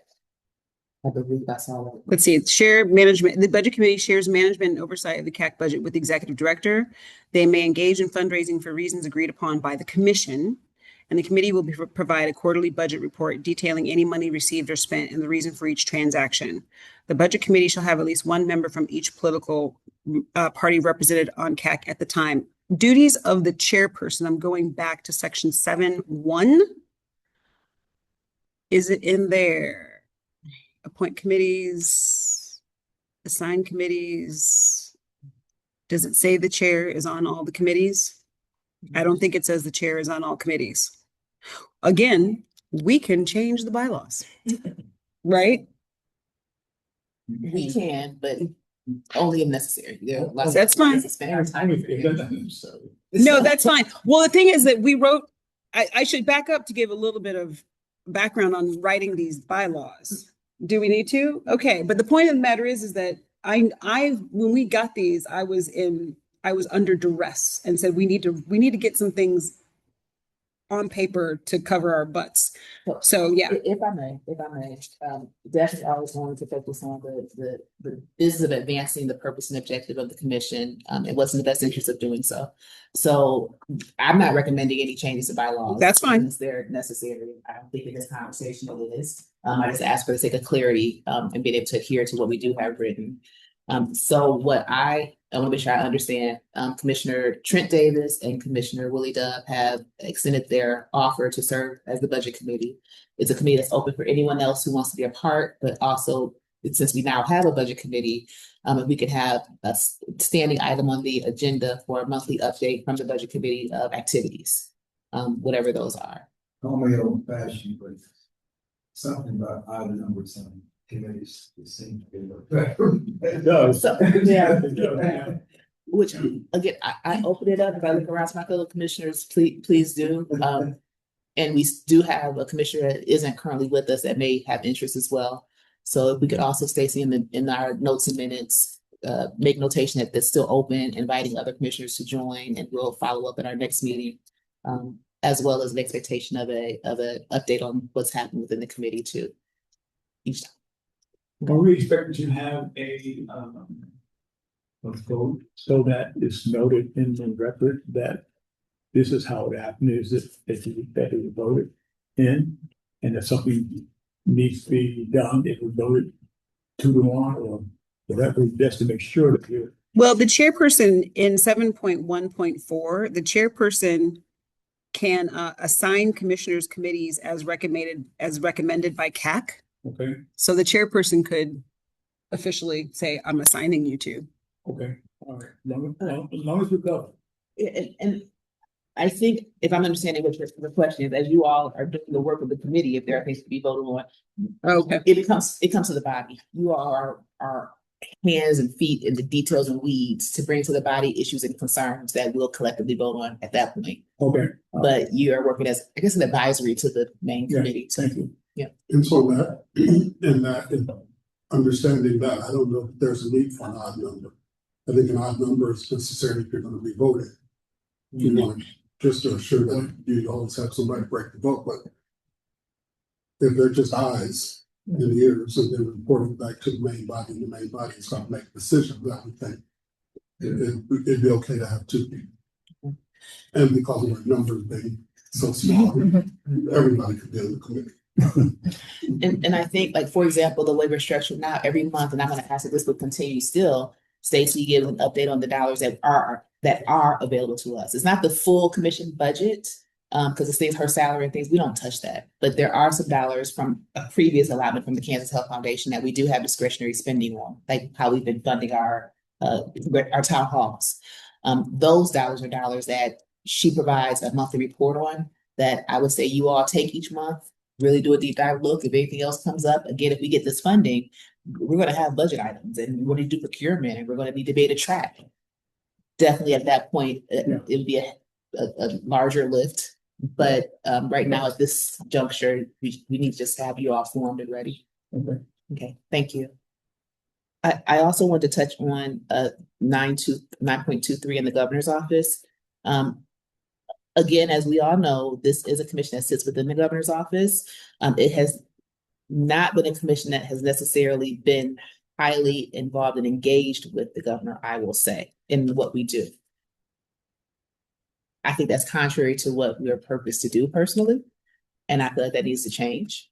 With regards to language, there's nothing that I think needs to change. I think regardless of who's in the governor's seat, we need to still be in communication with what's happening and communicating that to them, so they can't say they don't know what the work is that we're doing. And I think also moving forward, having more engagement, regardless of who's in the seat, is paramount if we really want to be an effective entity, and being able to convey what's happening with Black Kansas and be responsive to what's happening with Black Kansans, from our vantage point in this position and role. So I'm just wanted to highlight that personal sentiment of the chair with regards to that part of the statute or the bylaws. Bylaws. Yeah. Okay, that's all I have. And then with the statute, and I bring the statute up only because I know the statute has, if anyone's going to throw anything at us, it's going to be the statute. And in terms of that the commission specifically, let's see. 7.74-9905.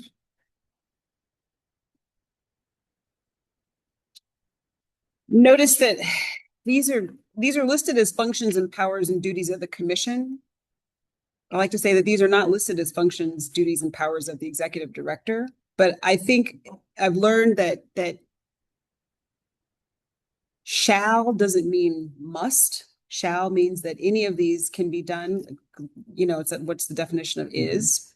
So I think if this report, the State of Black Kansas report, is something that happens, that would fall under that. I think having town halls falls under that. I think, you know, my Lunch and Learn series on YouTube falls under that. I think if you guys are out in your community doing things, you know, and you report back, that falls under that. So just, you know, I think I say that because we have our detractors in the community who try to say that we're not doing anything, but we actually are doing quite a few things. So just to know that this is what people are saying, but I think a lot of the things that we do fall under this. So I just wanted to make sure everyone had the statute, just in case anyone's out there says you're not following the statute. So at least you know what the statute is. The statute and the bylaws are also on the website. So that if anyone has questions about, well, what does the statute say? That's another reason why I put them on the website, because there seemed to be so much confusion, and the bylaws are also on the website. I'd like to also give some perspective and lens to some of those points. It is important if you serve on the commission to know what the bylaws say about our commission. And as Stacey shared, there are things and there's that language of shall, meaning that when I hear shall, it means we can. Yeah. We have the ability to. It doesn't necessarily mean that we do everything that's listed. It means we can. And it probably could say we should. But do we truly have the capacity to function fully in everything that the statute says that we can do? And the answer to that, in my opinion and observation, has been no. But I also lean toward, well, we can. If there are opportunities for us to engage and be more involved based on what our statutory right, is that a word? Statutory? Something? I don't know. What the statute says we can do. Do it, or look for opportunities to do it. As Stacey shared, part of her intent has been to raise the profile of the commission, the commissioners. In this iteration of the commission, the push has been, as commissioners, we have opportunity based on the statute to really truly engage more deeply in our respective districts and as a collective across the state. And for this past year, that's what we've been working on. How do we do that? And definitely as we continue on into this next year and hopefully beyond, based on what the statute says we can do, not for us to focus on doing what it is that we can do as we see opportunities to do that. Not from a lens of lacking in ability, but how do we scale, partner, collaborate so that we are at the table to move these things forward as a commission versus taking the approach of, well, we don't have the capacity, so we're not going to do it. That's not where this chair sits. So I wanted to highlight and share that. And I also think it's important to take a pause and acknowledge something that Stacey has said previously, will say today, and I know we'll say in the future, because it's maybe a reality, is the Random Tuesday comment, where a Random Tuesday, she won't be here. And as you all, the commissioners who are already here already know, I'm going to speak to share my thought. The realities of her position is that it's appointed at the whim, or not the whim, at the pleasure of the governor. And we don't know what's going to happen. We have ideas.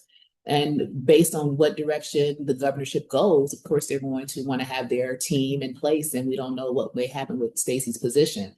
I come from a perspective of that's a reality of the space. But we don't use that as a hindrance to what we as a commission and as commissioners can do to advance the work of this commission. So I'm going to always come back and stand in and function from a perspective of what does the statute say the commission can do, and hold us all, myself included, hold us all accountable for advancing that work on behalf of Black Kansas in the state, regardless of who sits in the governor's office, the executive director seat. I would hold the perspective, who's the chair? What does the statute say we can do? Which is also why my question at the beginning, why are you here? No, why are we here? Mm-hmm. What does the statute say that we can do to advance and be mindful of Black Kansans? And regardless of who's at whichever helm, that commissioners can do that. based on what this commission feels is our charge and our desired path forward as a collective, sitting on different sides of the political space, but again, for the focus of Black Kansans. So I want to very clearly communicate and articulate that, as we are mindful of the realities of where our current executive director may be, the realities of as new leaders come in that appoint us when our respective terms are up. For those who are still remaining, what that looks like, and encouraging a commitment and a fidelity to. I do not know What the statute says, the purpose, charge, and opportunities are for this commission and those who sit on it, and then what our commitment is to Black Kansans and how to do that as a collaborative collective together. So, Well, it's my grandfather used to tell us in the he was talking about school, that if in doubt, keep doing it until he tells you to stop. And these shalls give a wide enough latitude. We don't have the power to sign military treaty with Canada or Mexico, but within these here, I think we can just about justify anything that we reasonably thought was a good idea. But they don't state that you have to do all of these for the 12 months. But you can work in this area. It's pretty good. Yes. And I think it's our charge and responsibility to think realistically, what can we do? Like the decision to go for these funds, that's something that the statute has said we can do, but it's not something that we pursued. But my perspective was, if we had dollars to do work, do you know the kind of work we could do as a mission? How many times have we had conversations about programs or initiatives or efforts that we want to focus in on or we know are important, but we don't have no money to do nothing? So we have, per the statute, the ability to go for dollars, but it does open up, and this is real to life for the new commissioners to know, the challenge of, if we do secure dollars, how do we protect those dollars? Which we charge and look to Stacy to get clarity and understanding on, when we do pull down dollars, how do we ensure those dollars stay committed to what we put them down for in an environment that, I mean, let's be real. So that's a continued charge. And actually, I'd like to get a shared update with the full commission on that too. But again, I'm going to always come from the perspective of, first and foremost, it's about Black Kansans, not about the position of us sitting on this commission and what that means. It's about us sitting on this commission and being able to advance what it can do for Black Kansans and being accountable. Exactly. For that, as commissioners, as executive directors, as appointees of our respective, how we got here. And it's, in my opinion, a shift in mindset of how the commission has functioned previously. But one that's the vision and direction that I would like us to go, and I'll always encourage us to go. This is a point of information. To apply for the grant, do we need permission from the governor's office? They know this is underway. But he raised a point. Because you mentioned, what can happen to those dollars if things change. I'm just, is that money safely ours, no matter who's? Okay, so the statute, where'd it go? The statute does allow for fundraising.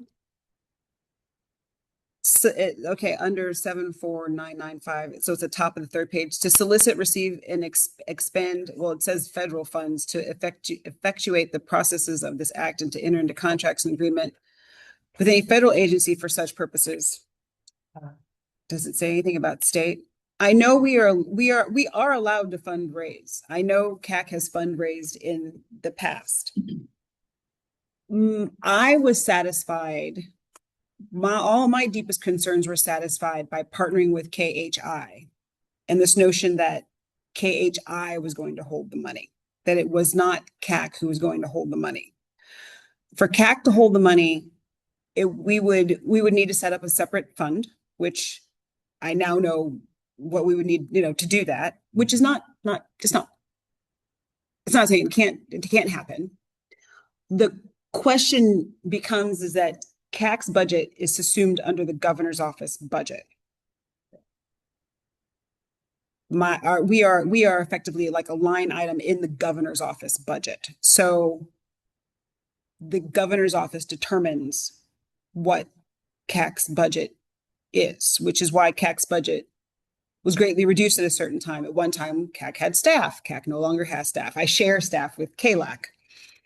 And in fact, it was this current administration that said, hey, we found some money. Let's at least get you guys two people to share amongst a couple of us. So that's where the trickiness of it lies, is that I don't actually like, our budget is it's the governor's office. Right, but grant money would not show up in that budget. Well, for example, we have question. no. It does not show up in that budget. It's a separate thing. That's why the KHF money that I received a couple of years ago, that's why it's a separate sheet. And I know that money is truly KAAC money. Now that's with the current administration. That's with anytime I submit the invoices, right? Give me the invoice. I say, I want this to come out of the state general fund, or I want this to come out of the health foundation money. But everything that's all being run through the governor's office financials. That's what I'm saying. This conversation brings up two major things too. I just realized with the Kansas Health Foundation grant, what is appropriate is we do vote on it, and we did a vote previously. I'm trying to remember to move forward, exploring, I believe.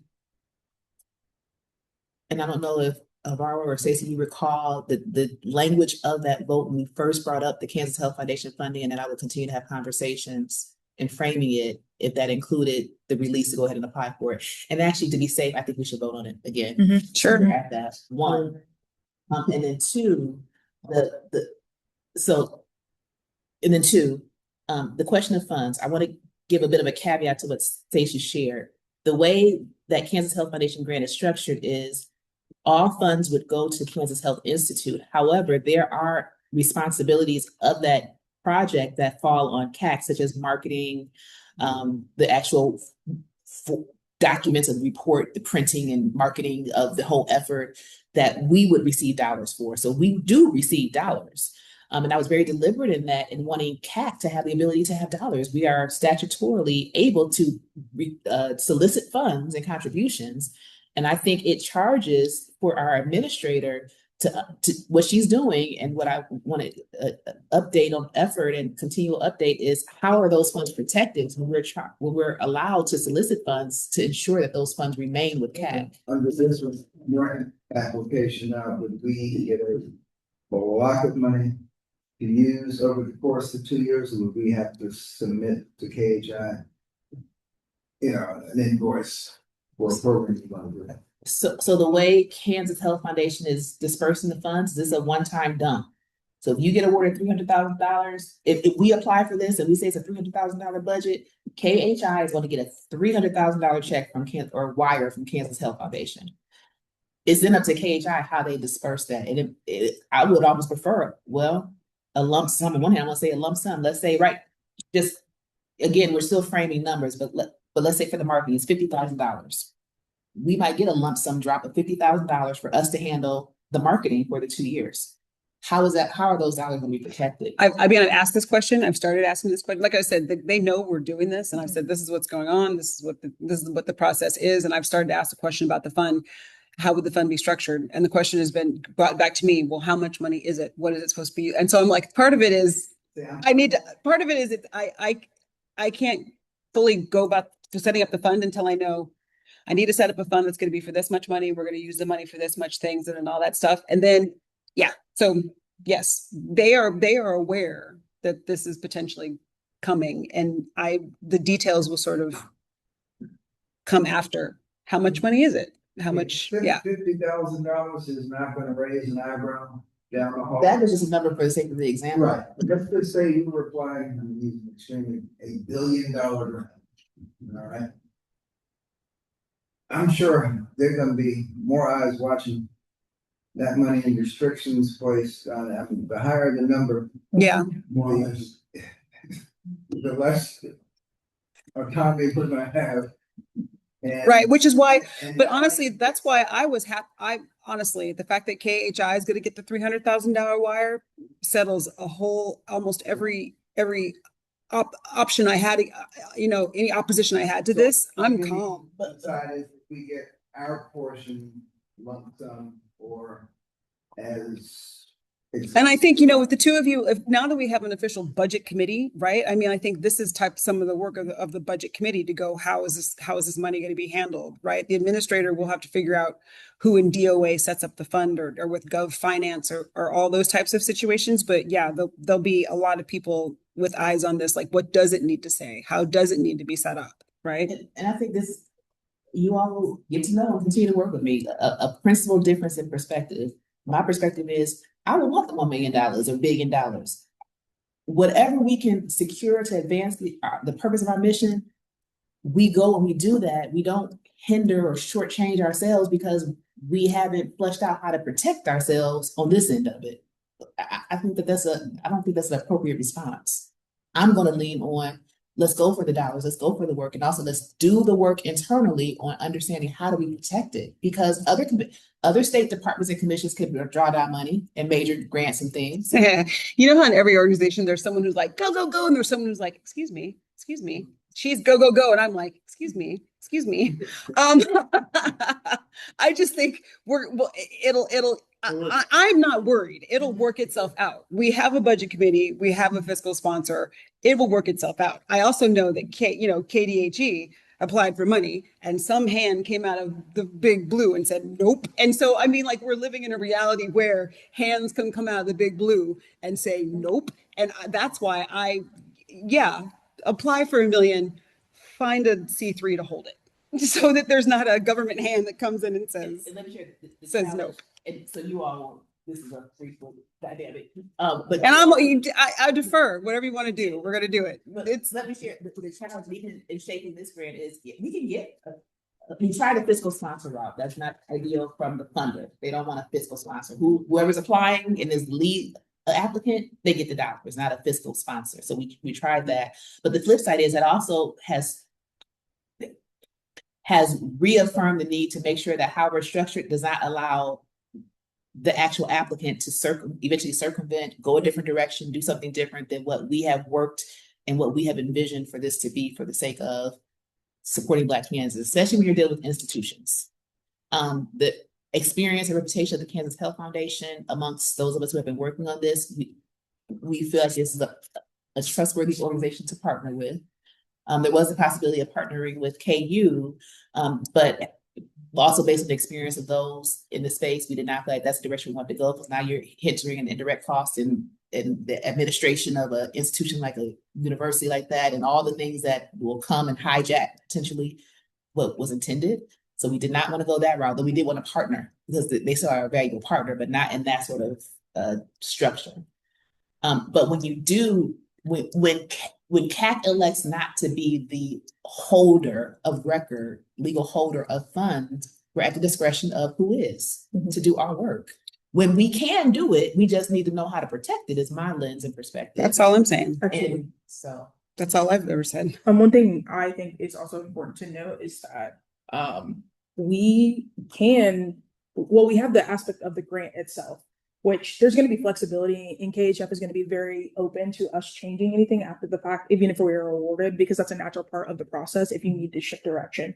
I think given the fact that we do have a budget committee in place now, it may be a good idea to write that into the application itself about the structure and who needs to be consulted and what we have on our end just for comfort level. I'm thinking it'll be more detailed when we go into some sort of agreement with KHI and once we are officially funded and we kind of get down to the brass tacks of what we're going to be doing. But I think from the standpoint of understanding what our governing structure is, that this committee is a team of folks who are going to be looking at how we can allocate funds, the best way to manage it, those kinds of things. And our partners are going to want to have appreciation for how many steps there are and what things need to go through. So it might just be good to add some sort of reference to having a budget committee on our KAAC side because some things might be held up because of our budget committee needs to review it and then bring it back to us for consultation. So I'm just thinking about those things out loud.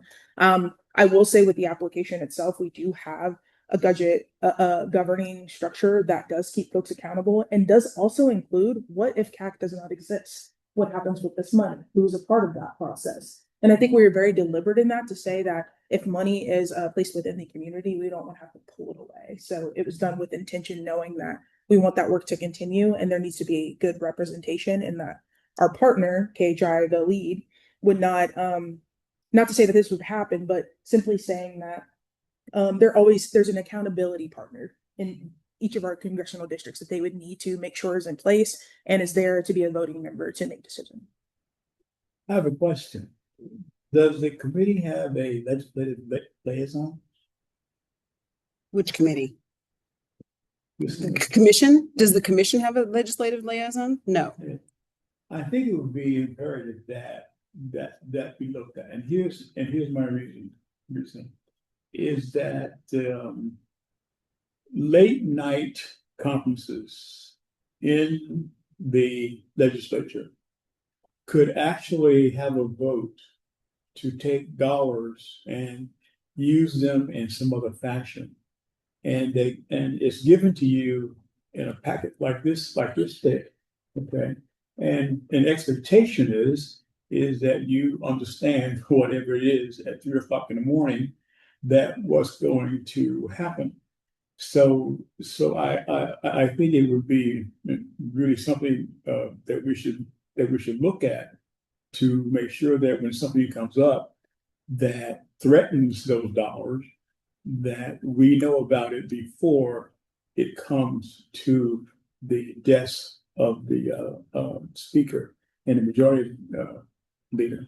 So looking at it through that lens, I think we would be a lot more prepared when that happens. And also to protect ourselves even further, to have a lobbyist on our side that can tell you things that are going to happen, and they can go straight to the legislature and pose a bill that will protect us from that type of thing. I've seen some really strange things happen at 3 o'clock in the morning. Last minute. If I may, along that line, I also want to be mindful of the topic we're talking about, and we're taking some stretches here. But in the South Central Legislative Delegation, well, some members of the South Central Kansas Legislative Delegation did an event a couple of months ago where they did a role play of the actual process. It gave an example, just like for the general community to understand this is what really happens. And they gave the exact example of their reality. You get a packet at some crazy hour, this thick, and then there's something hidden in there that you didn't know, or something in there that you didn't know, but you're voting and called to vote on it and need to vote on it, and these things get passed. We have not talked about a legislative liaison or a lobbyist, but I appreciate what you're proposing, and I'll share that as a commission and as commissioners, we're going to have some conversations on our connection to, relationship with, engagement with the legislatures.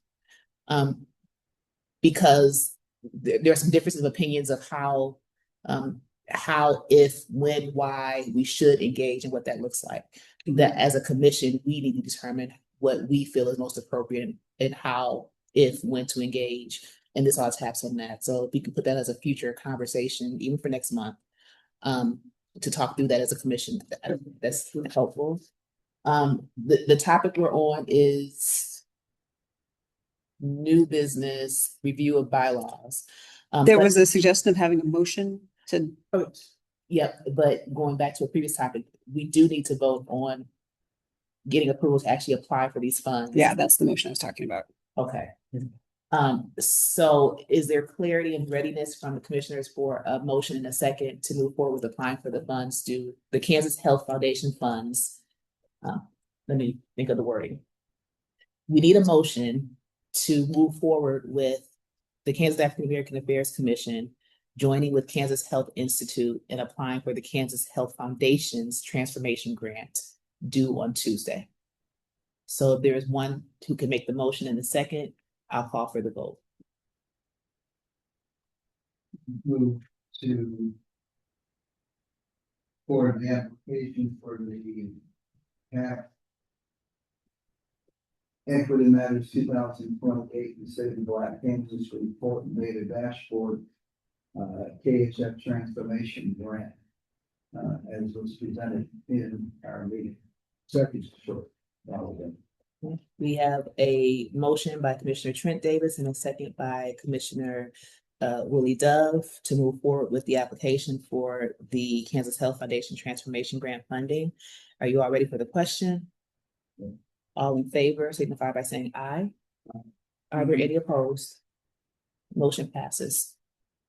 Thank you, fellow commissioners, for that catch. That was important and I had missed that. All right, we'll go back to the budget conversation. What is our budget, our annual budget? It's interesting that you stressed that we are part of the governor's budget, and so the governor's office allocates so many dollars to us. It's like $150,000. And part of that is a portion salary. So, and part of it, my salary, the health package type situation, but then there's a small allotment for travel, about $4,500 for travel. Is that just for you or is that for the commission? For the commission. I mean, that's part of the thing that we had to figure out with the budget, like what every single line meant. So there's a line for commission travel that's $4,500. And then there's a line for my travel that is like $2,500. So what is the actual working budget for the commission every year?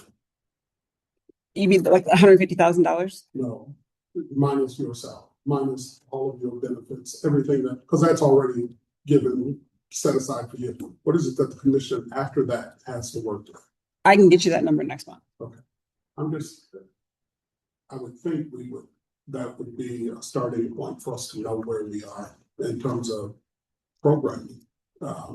It's, as you said earlier, it's hard to do anything if you don't have money to support it. And so we can start there. Then we can say, okay, we want to do this. And so let's go find the money to do it. But if the money is already there, which it doesn't sound like it is, then we know we don't have to go and do that. And so just curious. And thank you for raising that. So I want to clarify, like discretionary money, like what exactly do you want to know?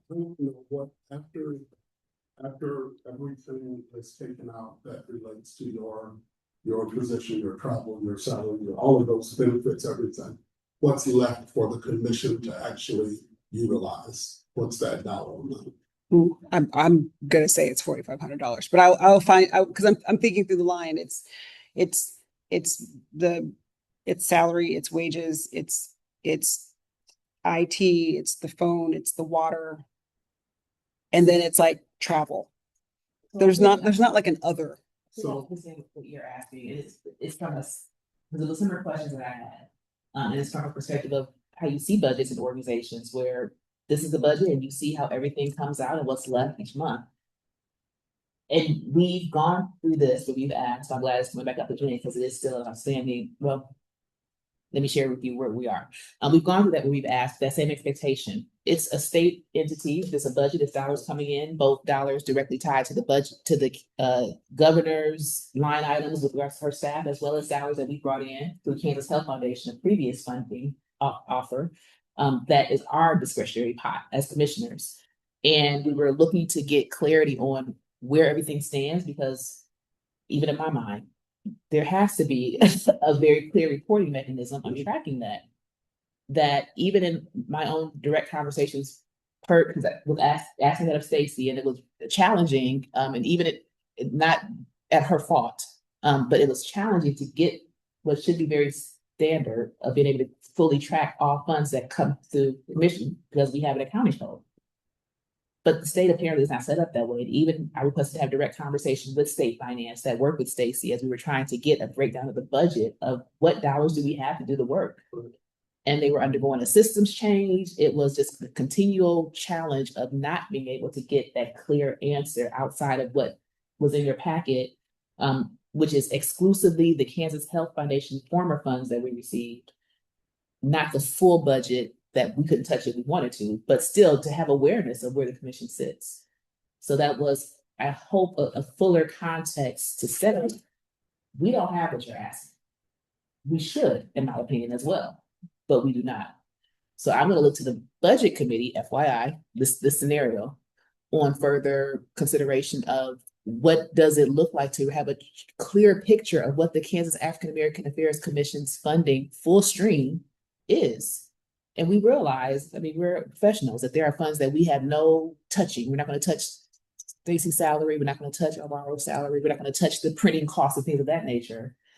But just from a gap, generally accepted funds, there are some things that should be in place that none of the agency, city commission, water department's not going to come say, well, put $300,000 in as extra in case we want to have an educational break.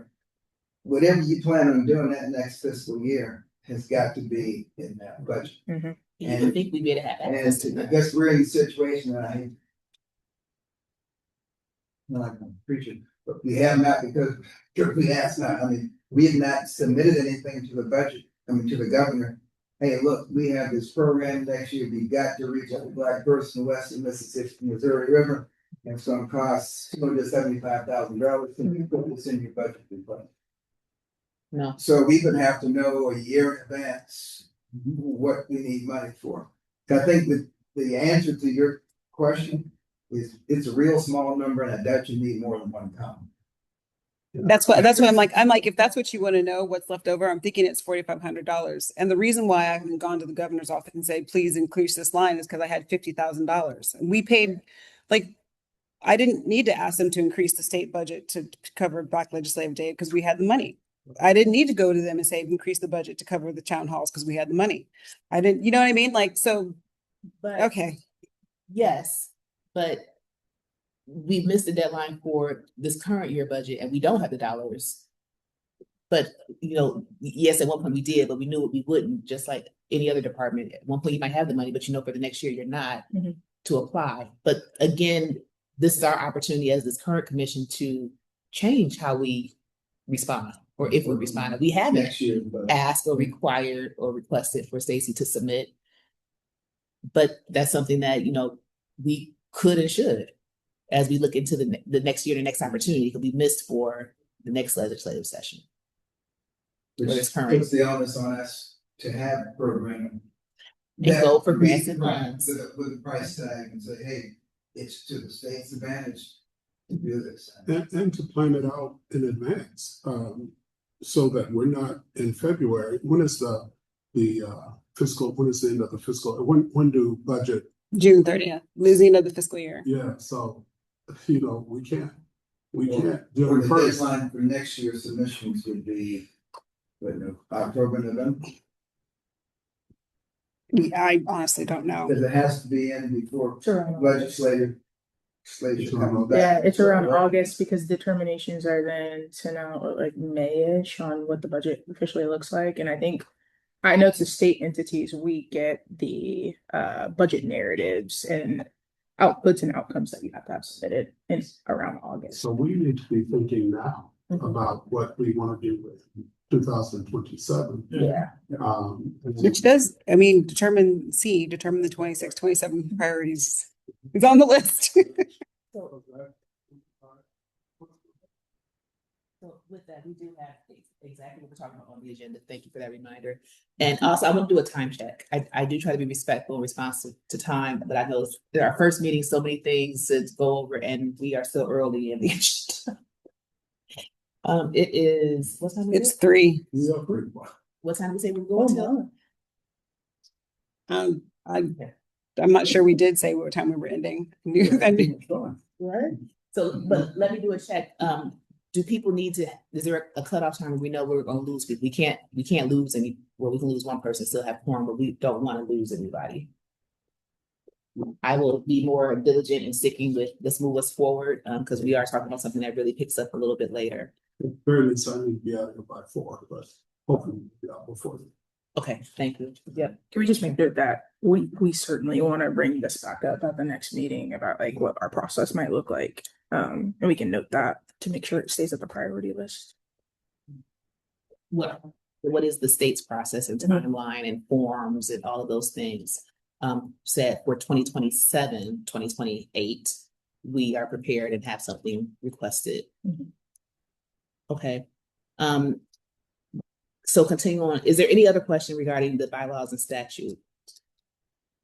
Okay, so moving forward with the Congressional District Survey of Findings. That is another document that was emailed to you all in advance. We don't have copies here, so I don't know if you have access to them on your respective devices, but wanted to again set the context for our newest members.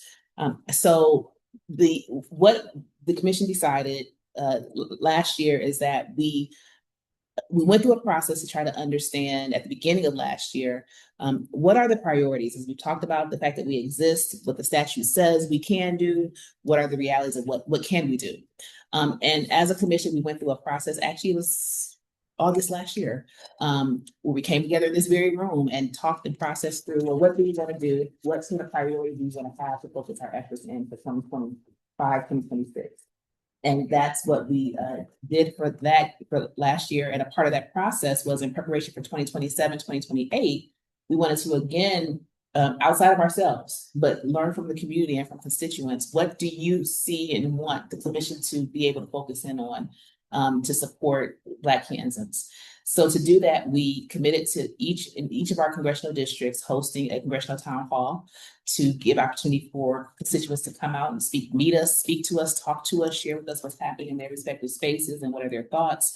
We also put together a survey that was pushed out both at the town halls and through social media and through our email distribution list, where we received 63 responses back. I really wanted at least 100, but we got 63. As well as, again, for some of the town halls, we had brought in professional note takers of different degrees or calibers, or we took notes to get feedback of what was happening.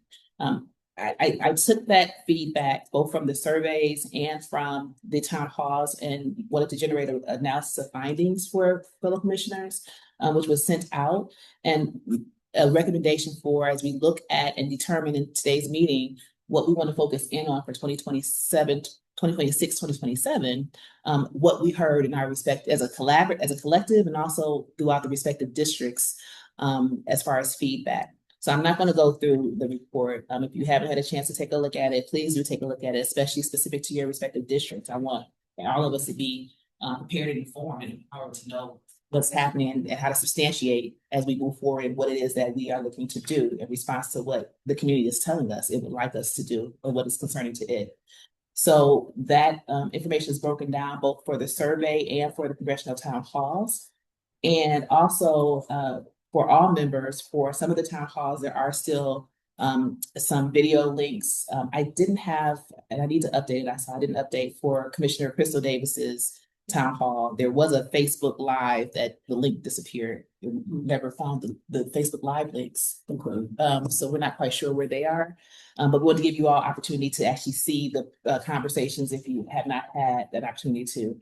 But in summary, what the findings were 3 focus areas, which are not surprising and really align with what we had already said in there on page 16. But a focus area of civic engagement and voter participation. People are really disillusioned with the effectiveness of government. So we do have efforts such as the voter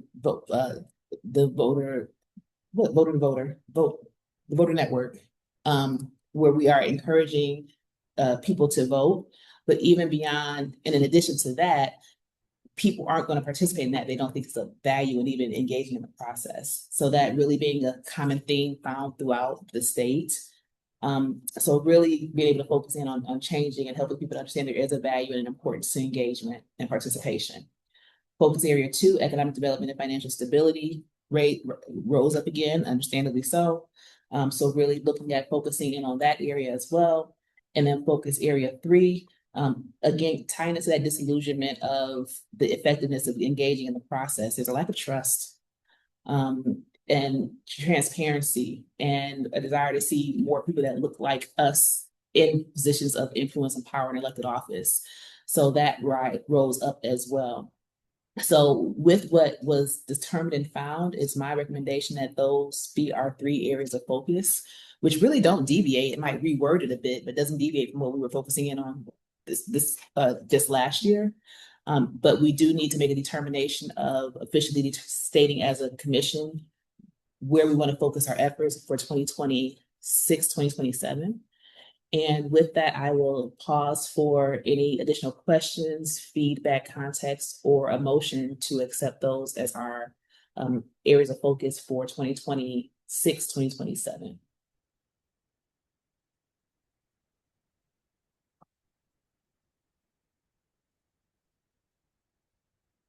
The wide numbers from District 3 were as low as they are. So District 3 is a district that we have not, the entire 2 years I've been on, had as represent. No. I think at one point was Westbrook District 3. Westbrook and McCormick were both. Okay. We haven't had engagement, there's some engagement from the commission itself. So for the other 3 districts, we have representatives, and we within our districts had events and connected with constituents. We have not had anyone actively advocating in that particular district. And actually, we had hoped that one of you would be a part of that district. We were trying to figure out geography, but to learn that we still don't have anyone representing that district. You're actually not in 3. Yeah, so I live in 4, but I passed in 3. No, you don't live in 4. You live in United States Congressional District 2. 2. So, okay, so I passed in 3. So we have 3 of us in 2. Mm-hmm. So what happened is that when you submitted, you put in your paperwork that you were in Congressional District 3, which may have been the case, but they redrew the lines. So given the address that's on that form, if you feed that address into all the online things, you are in Congressional District 2. So, yeah, I live like on the opposite side of the street, like the other side of the street. I believe you. Actually, no, I believe it. Yeah, that's how crazy it is. But I passed her in 2, I think.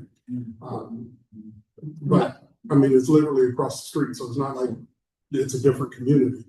But I guess my challenge is, or my comment is, that's one of the largest population centers of African Americans in the state. Which is why they drew a line through the middle of it. Right. But the fact that we don't have adequate responses from that population center is concerning.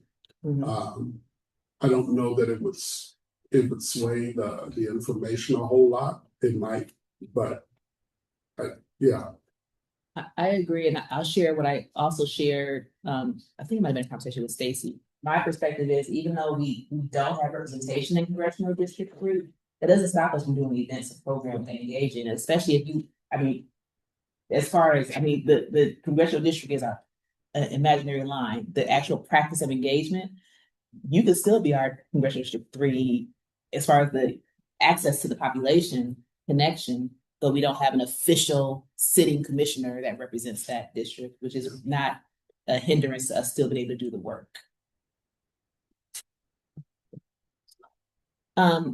So going to what we do need to,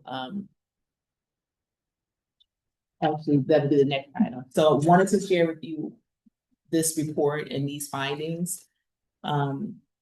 Please use it. Did you make a motion? I didn't make a motion. Technically, it's the next item to determine the actual 2026, 2027 priority areas, which I can transition to. I'm just going to close out. You all have the report. Please use it to your benefit within your respective districts, and also to help as content for us as a commission as we move forward in determining our work and what we've learned from this process of town halls.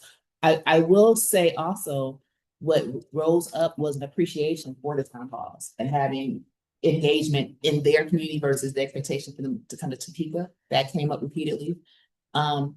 So this is something historically we've done the brunches. We've shifted from doing the brunches to this model of doing town halls can and perhaps should be something that we keep doing ongoing.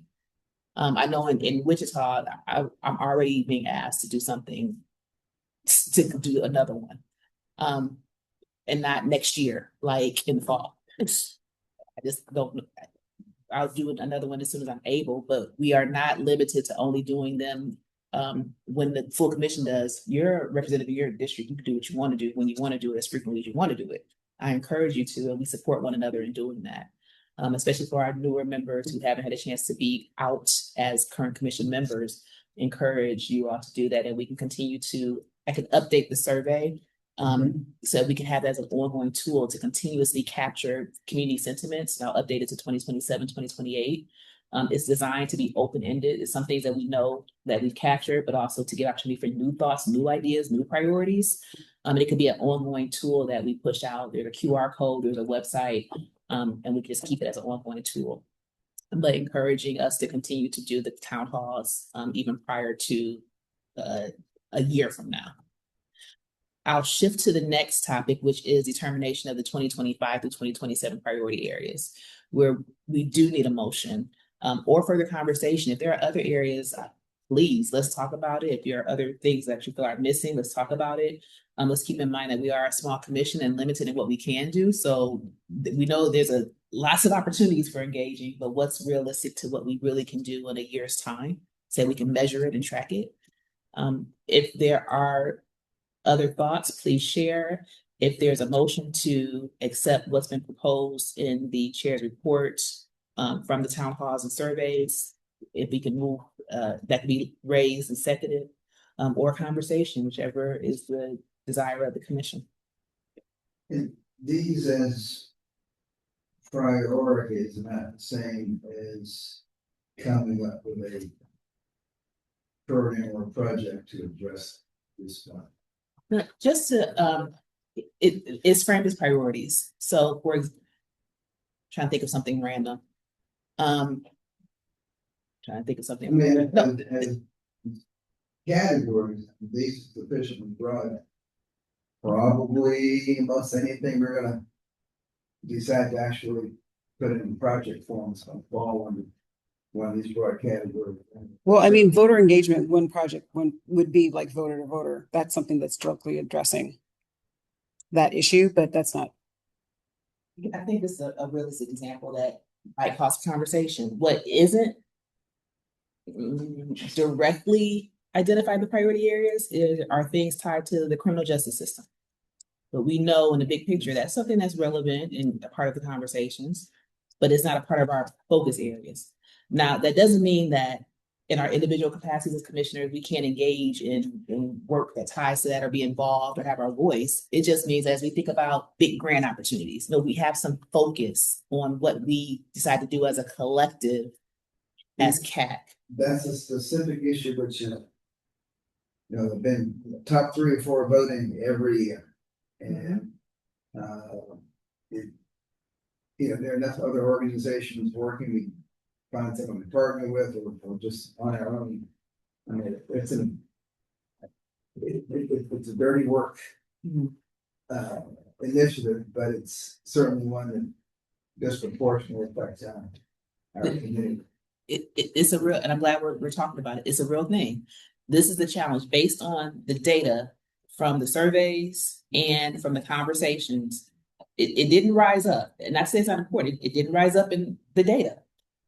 And remember when we had, so for the new commissioners, periodically we'll get requests to fund efforts, initiatives, events, funding. Now we are not a funder per se, but we have sponsored over the times. And we developed a rubric to help guide us and create a structure that was consistent as we consider opportunities to offer funding or sponsorship. And a part of that rubric does it fall within our priority areas? So if someone wanted us to sponsor a table at an event that dealt with criminal justice, I think it may really happen, but it can happen. Based on how we're currently structured, that's not one of our priority areas, so we would not fund that. But it doesn't stop us from individually as commissioners engaging, funding ourselves, but just as Kansas African American Affairs Commission, we wouldn't fund that.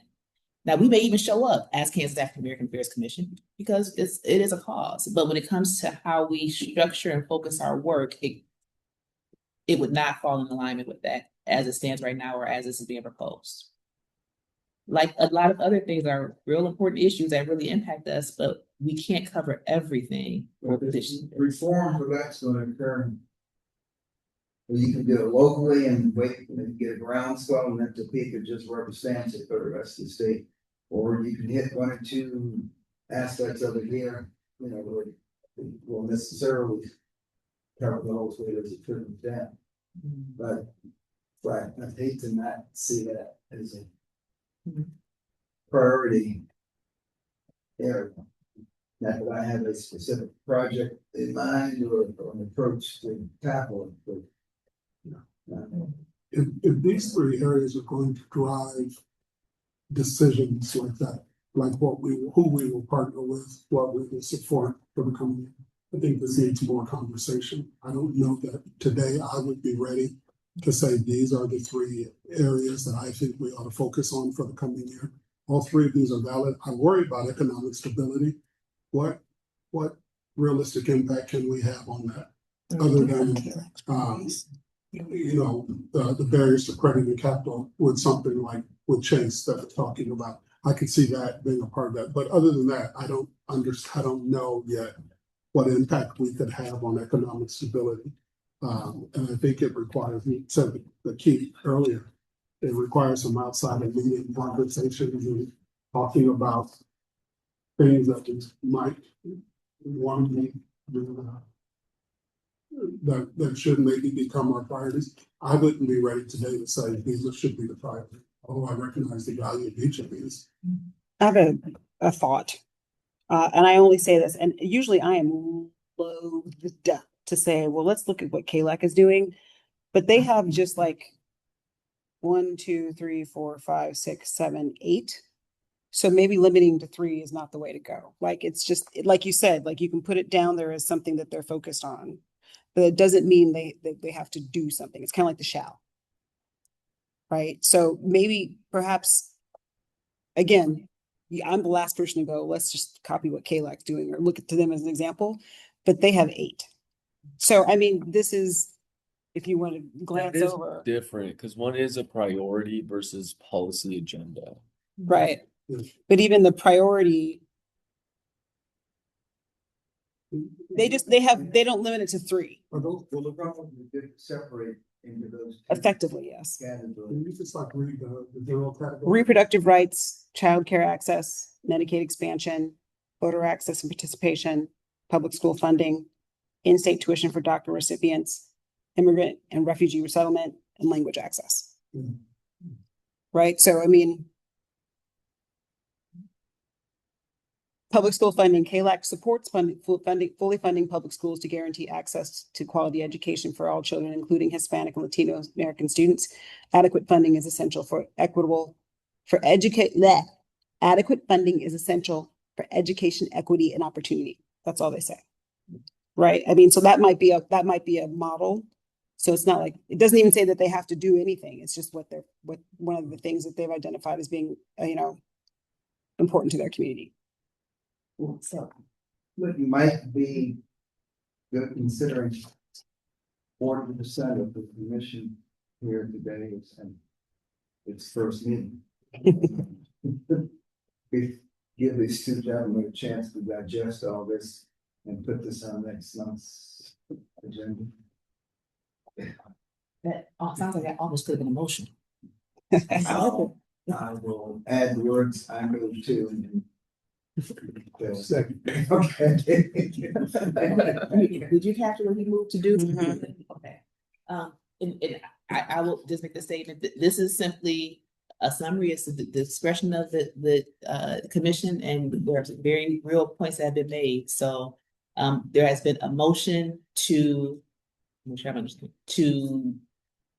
defer till next commission meeting, this conversation of the determination of what would be our priority areas. And there's been a second by Commissioner Dove as well. Are you ready for the question? All in favor, aye. Aye. Opposed? Okay, this will be on next month's agenda.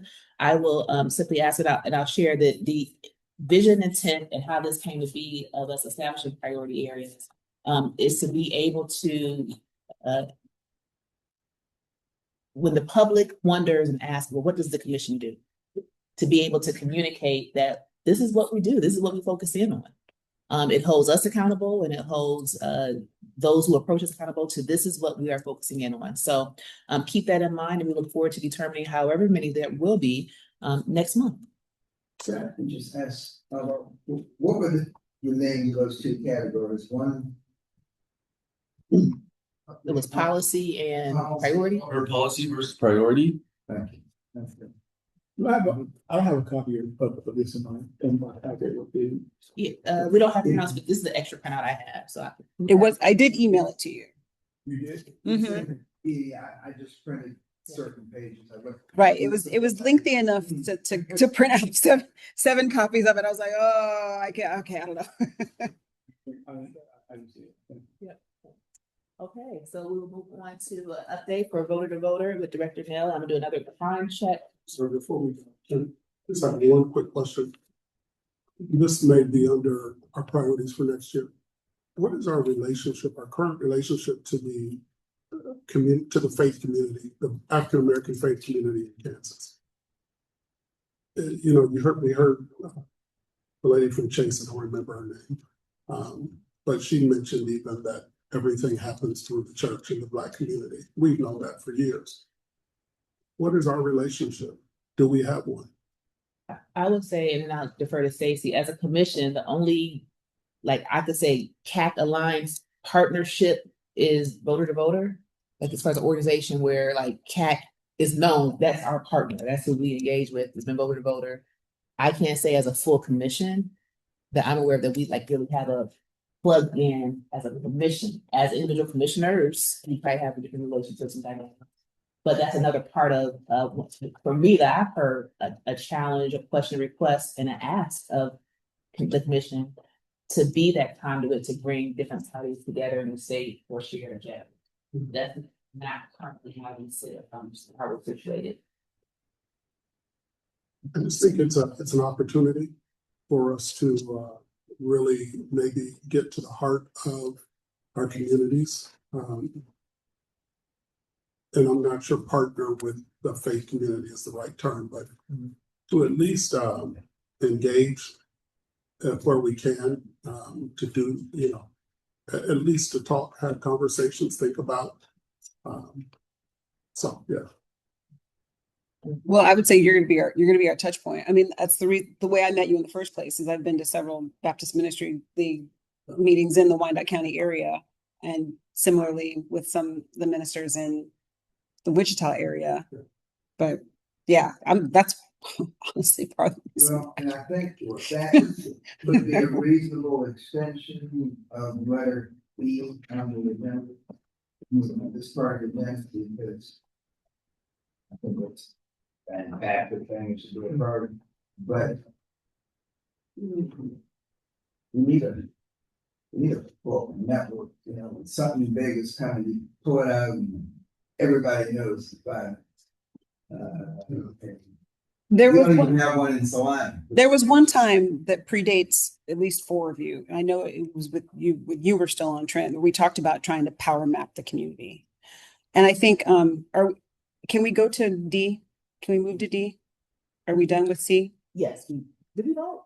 We did to delay the conversation.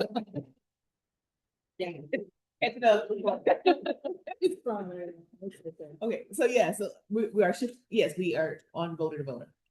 Was to power map the community. And I think I'll speak honestly, the part of the problem is that this commission is made up of people who are volunteers. This is not your job.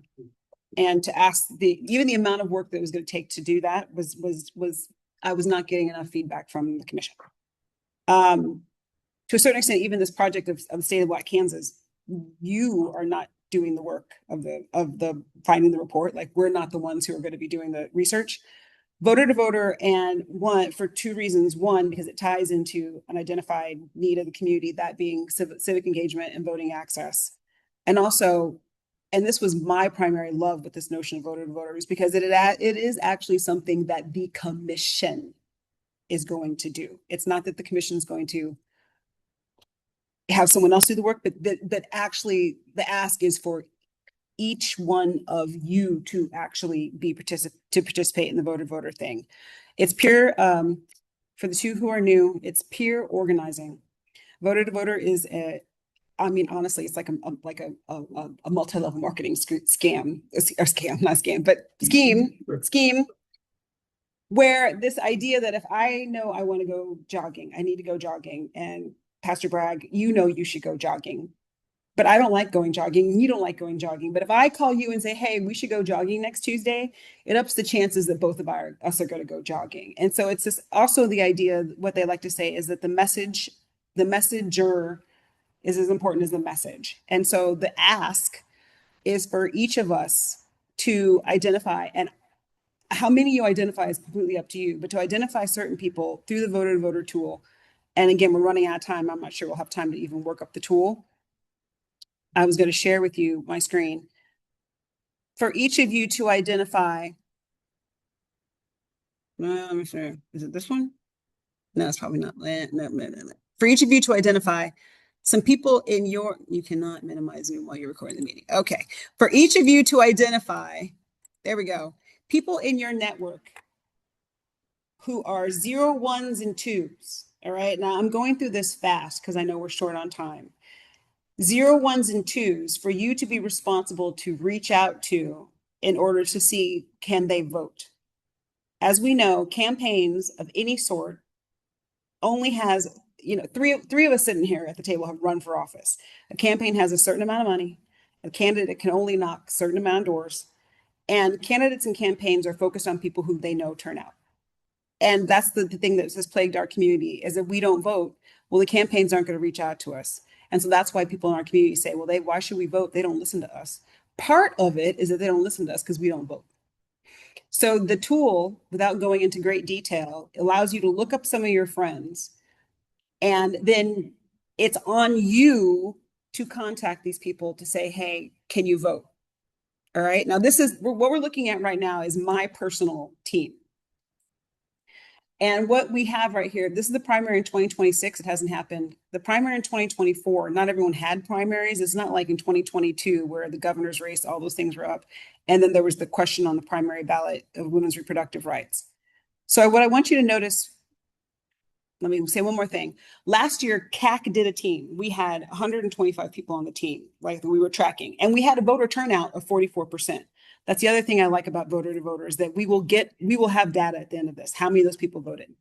But as was noted, most of the people on our team were like 3s and 4s, people who already were going to vote. So can we say that's great if we got a bunch of people who were already going to vote? That's why I turned to my personal team, because I specifically tried to stack my team with 1s, 2s. Notice, they're Republicans, they're unaffiliated, they're Democrats, they're 1s, 2s, specifically to say, okay, let me try to find a bunch of 1s and 2s. I even got a libertarian on my team.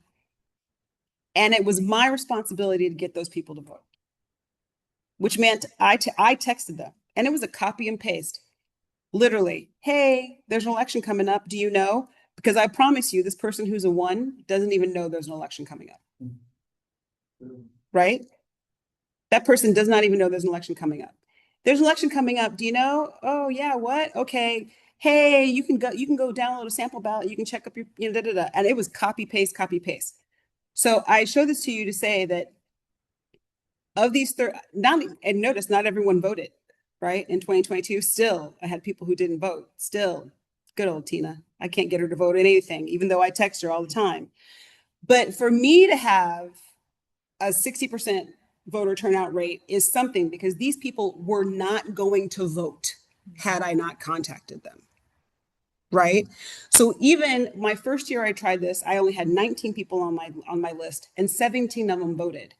And I'm gonna yell from the mountaintops, because those are 17 people who were not going to vote without me contacting them. So if I've got 30 people who were not going to vote had I not contacted them, then that's a good turnout rate. I'm not asking you to do 30 people, because that might feel very overwhelming. But if you each find 5, like if you go through the tool, my first team, I specifically went through the tool. My criteria were people who were not on Facebook, people who are not friends with on Facebook, and people who were 0, 1s, and 2s. That was who I reached out to. That's why I've got libertarians and Republicans, and because it's like these people, I specifically took people who I knew were not going to vote. And then I didn't, and here's the thing, I didn't hound them because these were my friends. This wasn't like, you get a text from a campaign and you're like, whatever, stop. These are people who were not saying stop to me because they were my friends. And so we turned them out. What I would suggest, and this is something that I think would be good, because it is something that each actual commissioner can do. And then you can actually say, commissioner, I had 10 people on my list or 7 people on my list. If you have 7 people on your list and those 7 people vote, please feel good about that. Right? That we could do that. I was hoping to have time. That's why I asked you to bring your computers today. We could look it up. Then if we'd had time, because the voter, they're so serious about it. I was even going to do your first contact. You can even have postcards, and I have the postage. Hey, there's an election coming up. Because I'm telling you, those ones don't even know there's an election coming up. Mm-hmm. That you can contact your friends.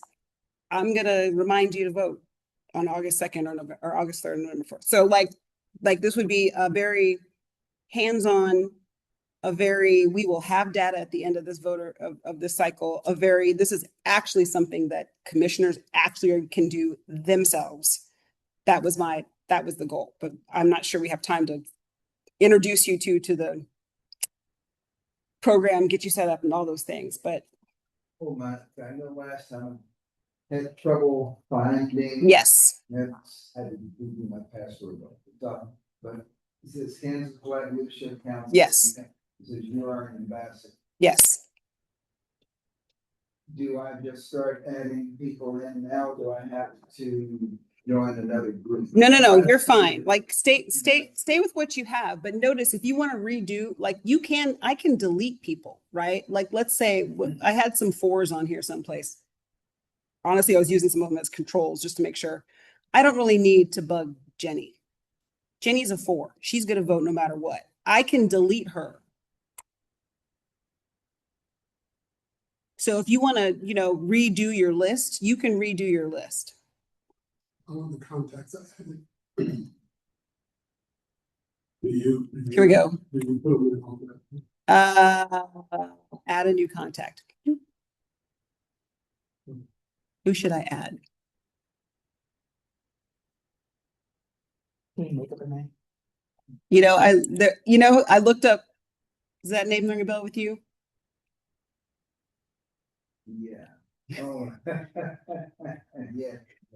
Because I was like, if you're gonna be asking me 1,000 questions, but nicely. Oh, I did find him, and he was a 4. So you look up a person, okay. And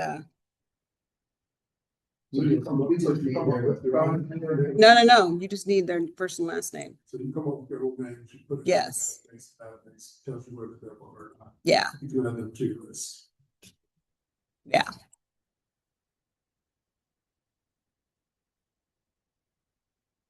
My name right? I'm not in Salina though.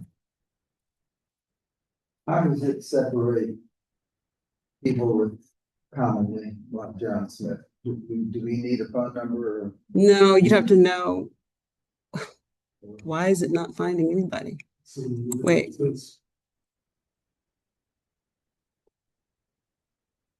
Huh. I'll need to ask about that.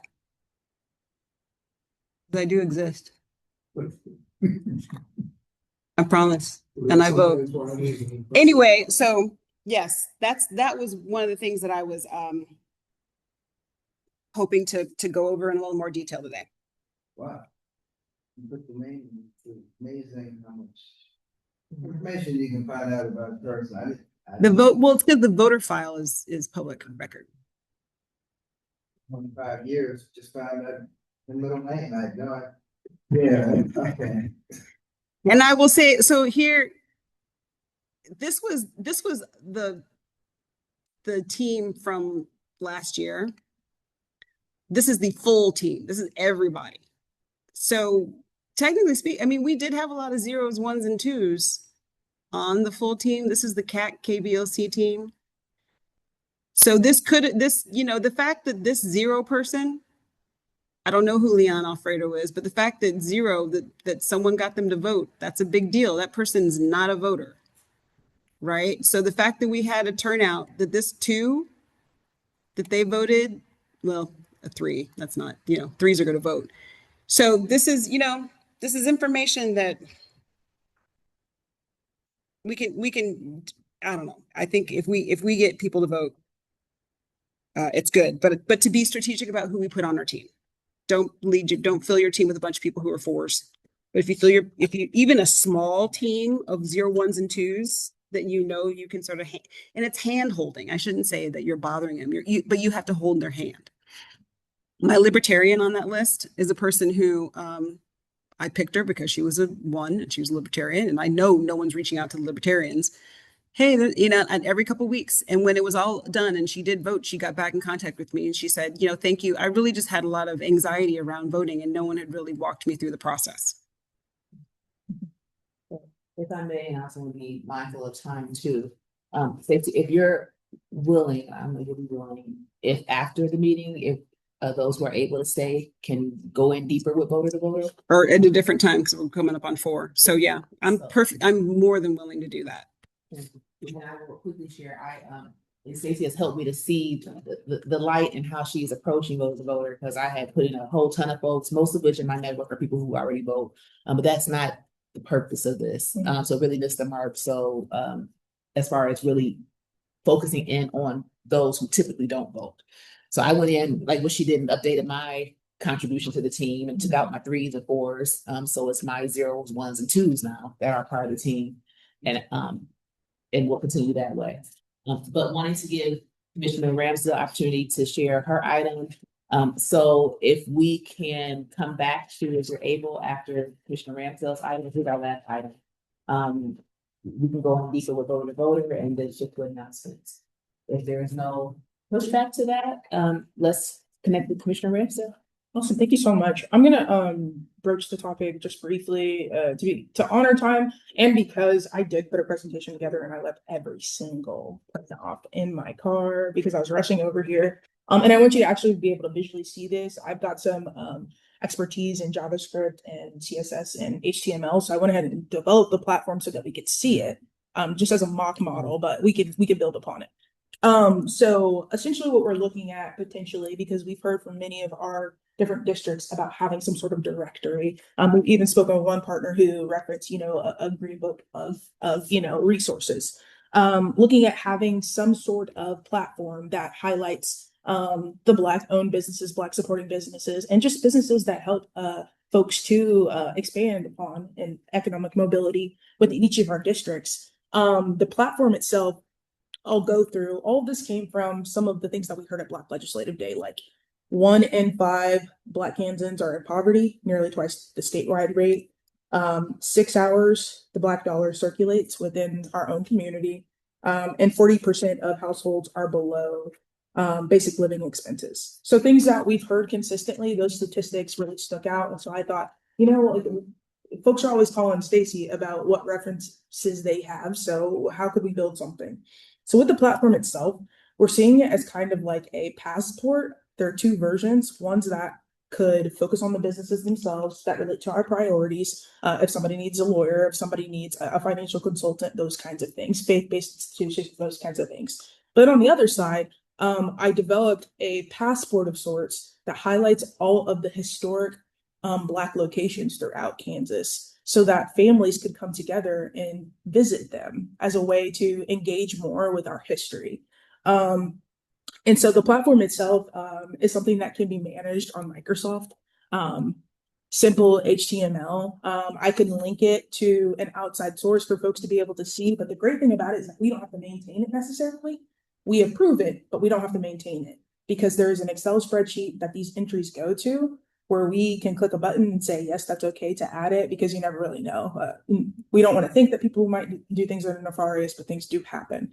And folks can go in themselves and add their own business. Say they're an entrepreneur, say they want to add a historic site.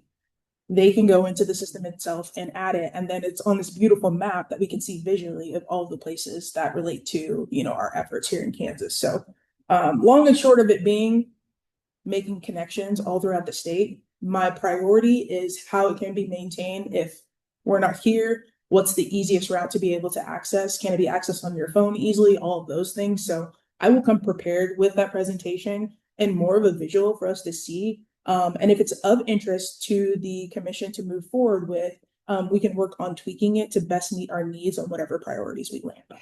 I would say I would love to get you in contact with two people. One, Michael Odubitan Yeah. here in town, okay, and then Donna Ray Pearson, because they're two people who are local in town who also want to do the same thing. And if you already know how to put up the website, that's half the battle, because neither one of them knew how to do that. So if you call them, Yeah, I actually was just at an event. Yeah, I went to one of his trainings, so I could definitely connect with them, and then I can get in touch with Donna as well. because yeah, we've already talked about that, but this notion of, well, how do we do it and how do we maintain it? So please make contact with them. Yeah, absolutely. I will come with it with more thoughts surrounding that and a visual for everyone, for us to consider, and have something in place. That's awesome. And just FYI too, so with Kansas, the Kansas Health Foundation, we're talking about the transformation grant, but they also have the innovation fund, which is the $5,000 one that we initially started talking about. So take a look at that. It may be a possibility, and they have talked about stacking funding, so Yeah. it wouldn't be a takeaway for us to apply something different. Just Sure. because it makes sense. So keep that in mind. Yeah, one of the battles I was having was where to host it. And as a state entity, I know that we have a state contract with the ARCGIS program. I'm just not sure how accessible it is to KAAAC. So that was something I was going to dive into as well, because if we can get a license for that, it makes everything easier. It's already a state contract. I don't have to source it to a different site or host it on a different site that if I'm on, nobody can, reach those kinds of things and manipulate it. If we could use ArcGIS, it was widely used throughout the pandemic. It would be the easiest way to go about it. But the licensing, since we have a state contract, would be much cheaper. I have one through my workplace. I just don't know about it. You and I had some conversations some time back where we had tried to find ArcGIS. We were talking about mapping for something else, and I'll go through my emails so we could know who that contact was. It was transportation. I think we found somebody. Okay, because I have somebody at my institution that does it, and I'll see if she knows who might. I'll just link all of us. Just see if we can get down to the bottom of it. Well, thank you for that, and we look forward to that part of our next agenda to get the full presentation, which will be a virtual meeting next month. Okay, with that, we can transition. Well, actually, are there any announcements? Because I want to give full opportunity for Commissioner Needs to head out in about 13 minutes. Okay. Is there, for the voter to voter, I almost want to treat it as after the meeting.